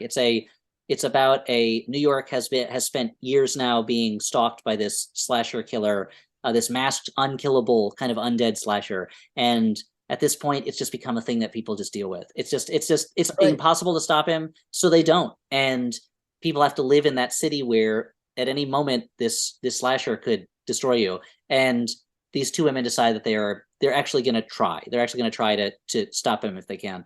And Andrea's art on it, it's not naturalistic, especially in the color, but it feels it feels real to me in a way that I love. And I love his facial expression acting. I love the way he draws people's faces, but the way he does color, he's got such a strong sense of mood. And like you're saying, it's kind of like pretty muted colors, and then the red's very bright, and it feels very New York City to me. For someone like, he doesn't live in New York and he's not from New York, but it feels like I'm in New York when I'm reading that comic. And he and I, we're just, when working together, we've just been very simpatico. And we have 2 volumes of that book that are out in paperback collections. The 3rd volume, which is called Maniac of New York, Don't Call It a Comeback, that first issue has come out, and now there's 3 more issues coming out, and we're talking now about doing some more. So are they going to join those into a graphic novel as well? Eventually, yeah. So that's, I think it'll, the publisher Aftershock is not in there's been a lot of news in the comics world about how they're not in the greatest financial strength. So it would really help to get, I think it would help to get a collection out if people bought the individual issues on this one. Issues, please. But I have to assume at some point that it will be collected into a volume. But it's only the first issue has come out as of this recording. But it's been really fun. It's really fun seeing the pages that Andre's been doing for them, and also knowing what he doesn't read ahead in the scripts, but they're written. So knowing what he's going to have to illustrate, and I'm really excited about what he's going to do with it, and imagining what he's going to do. You get to sit around and go, wah ha ha ha, like you're like going, oh, when he gets to this page. It's like he's not going to having to draw all these people, but he's going to do it. But there's not to give away too much in the series, but the armor I'm wearing is very on point, because a big chunk of this series takes place at the Metropolitan Museum of Art. And so I'm like sending him, reference photos of specific parts of the museum. And I'm like, he's gonna have to do all this. Yeah. Guess what you get to take on? Rembrandt. Ha ha. Yeah. Oh, but it's gonna be gorgeous. I can't wait to see it. Yeah. Yeah. Oh, that'll be cool. So yes, everybody check those out because they really are great. Well, thank you so much. I've got to thank a whole bunch of folks. Thanks to the artist Max Oakland, who reached out and provided one of his songs for our intro song. I prefer the dark. I prefer the dusk. Let Max know that you like him by following him on Twitter at Max Oakland. Thanks to Halizna CCO for their song Kids for the ad break. If you're in a band and would like to hear a song like your song used on the show, I would love to highlight a listener's work like Max's song, so email me. Thanks, as always, to Doug, the producer, who's clearly going to have to fix this segment where I'm stumbling all over myself, but Doug does amazing work. He will make me sound better. And I cannot forget to mention that Writers Not Writing is a production of Not a Pipe Publishing, so please go to notapipepublishing.com, check out the amazing books written by all the writers there who didn't procrastinate too much. If you like this show, rate and review it wherever you found it. I am old enough that I will never say smash that like button. I find that you gotta say it. Phrase. Because it's not enough for them to press it or click it. They gotta smash it. Yeah. Please don't smash it. If you touch it gently, it works the same, people. No, they can feel it. The computer can feel when you're smashing or not. Don't smash it. Just everything about that just makes me cringe. Please check out Elliott's Maniac of New York books. Rate and review them too. Rating and reviewing makes a difference. So please make his day. Click that 5th star. It matters. And then we end the show. Normally I've been trying to work my way towards some kind of advice, and that's been a struggle, but I think we're there. So Elliott and I want to remind you of 3 things this week, and Elliott, I'll let you take the first one. This is something that's very important to me. Don't wait for permission to write. Don't even wait for permission to write from yourself. The only way to do it is to do it. The only way to get better at it is to get better, is to do it. And as much as I know all of us want to procrastinate and not write, we want to wait till we're ready, till only beauty is going to come out of us, or only genius. We're waiting for this person who tells us, I want you to write something for me, or you can't. Just do it. If you want to write, the only way to do it is to write, and to feel completely free to write the way you want to write in that moment and are capable of writing in that moment. So don't wait for anyone's permission to write, not even yourself. You don't feel ready, you're ready. Just go do it. Yep. And this will seem contradictory, but it's not. Second, in life, as in writing, it is the spaces between that make it meaningful. So don't feel that the time when you are not writing is meaningless time. That is time that will make you a better writer. And third, no matter how much you procrastinate, we're still proud of you.